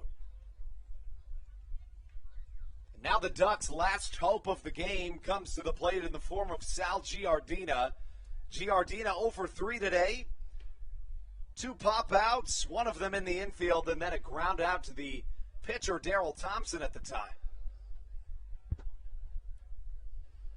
Giardina spent his whole career up to this point in the Texas Rangers organization, reaching as high as AAA over the course of a couple of years. First pitch outside, tried to get a curveball across, did Briseño, who generally is in much more high-leverage situations than this one, but as a guy that appears maybe every other day, he hasn't worked in 4 days, so gets the opportunity to do so here. Count draws even at a ball and a strike to Giardina. Briseño stands at 6'5" in his first season in the Atlantic League, his 11th in professional baseball. Has pitched over 600 innings in his professional career. Again, mostly as a starting pitcher. Briseño's pitch, a half-hearted swing, getting a piece of it is Giardina. And the count now 1-2 as the Ducks fall back to their final strike. The hands start to clap here at the Reg in Waldorf. Place is packed. They have every seat full on a beautiful Sunday afternoon. Fastball outside, driven back into the net. Southern Maryland, 13 runs on 16 hits, no errors. The Ducks, 2 runs, 7 hits, 2 errors. Interestingly enough, this is kind of a weird stat, Austin. Get it to you after the pitch. Inside, a fastball just misses. And I think that's one of those situations that's deceptive to the eye. Giardina way up on the plate, so it misses the zone, but doesn't look like it does. The Blue Crabs, when they don't commit an error this year, are 11-12. Huh? It's bizarre. 11-12 without committing errors. This time, a curveball misses in the dirt. Strike number 3 as Southern Maryland picks up the win. So are they 12-12 now? Now 12-12 when not committing an error. Southern Maryland picks up a much-needed win, 13-2 the final score. The Blue Crabs now tied for first place in the Atlantic League North Division with the Lancaster Barnstormers. The Blue Crabs advancing now to a total of 8-7 in the second half, 39-36 on the season. The Ducks fall to 7-9, 43-32 on the season. Of course, Daryl Thompson gets the win, advancing to 9-2 on the year. Vin Mazzaro the loss, dropping to 1-5. You know, you can point out a lot of big things in this game, but it starts and ends with David Harris, who goes 4 for 5 with 3 homers, 7 RBIs, tying a franchise record for the Blue Crabs. Remarkable day for David Harris. Right, so Harris had a terrific day, and, you know, again, this is an all-time, you know, historic performance from Harris. At the same time, you don't want to downplay what Trejo did today. It's I think true. on most other days he'd be a clear player of the game candidate, but Trejo goes 3 for 4, 3 runs scored, a home run, and 4 RBIs. You're right. I mean, any other day, that is the player of the game. But Harris with an all-time performance, one of the best in Blue Crabs history, as the Ducks and a man that appears to be in a red Hawaiian shirt with a cowboy hat walk towards their clubhouse. Can you tell who that is? I'm just seeing this now. I have no idea who that is. I think he's with the team, but nonetheless, Trejo. Love the look. It is a good look. Trejo and Harris combined to go 7 for 9 with 4 home runs, 11 RBIs on the day.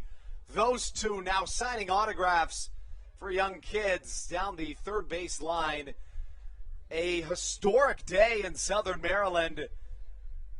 An offensive outpouring by the 3-4 in the lineup as we draw a close to today's contest. Next, Southern Maryland gets a day off before hosting the West Virginia Power, who have been on fire of late, sweeping the Lancaster Barnstormers. As we draw today's broadcast to a close, some kids run the bases. Always a fun thing to do. As you see Dennis Knight over there at first, letting them run. Look at that infield. At first, Dennis Knight. At second, Richard Bennett. At third, Sam Rubin, of course, our marketing manager. And then at home, Rob Moore. It is fun to see some of the really, really little kids, like the 2- and 3-year-olds, give it a go. Yeah. And you've got a girl here who's running these bases who's at least like 15 years old. It's true. And then how about this guy right here with the hair? That's the guy I'm rooting for, the little guy in the Navy shirt. Oh, I see. Yeah, now I see the girl that's, at least 15. But the little guy in the Navy shirt, you're rooting for him. Oh, yeah. Oh, for sure. For sure. You love to see that. I mean, you got the little guy in orange there with the orange shorts there. He's getting some help from his mom, it looks like. I mean, but it appears as though there's kids that are starting to go twice. Right. I'm not quite sure if that's allowed or not, but hey, go for it, right? As Dennis Knight, I mean, here's a clear. Take a look at this kid in the red, first of all. I mean, this is a moving. Wow. Last note on the base runners. I think the notch of unfairness can be drawn by, you mentioned the little guy in the orange shirt, and then you remember the guy with the hair that was passing everybody? He finished his lap and then did a backflip. So, I mean, if you could do that, I think that you are overqualified for this running of the bases. I think so. I will agree. An electric run of the bases to follow an electric victory by your Southern Maryland Blue Crabs. 13-2, David Harris with 3 homers, a franchise record tying 7 RBIs. We'll be back on Tuesday here on the Hometown Real Estate Broadcast Network. First pitch, 6:35, right here at Regency Furniture Stadium. Thanks so much for spending your Sunday afternoon with Austin and myself. For Austin Rooney, I'm Andrew Manstra. Wishing you a good rest of the day and reminding you, as always, let's go Blue Crabs.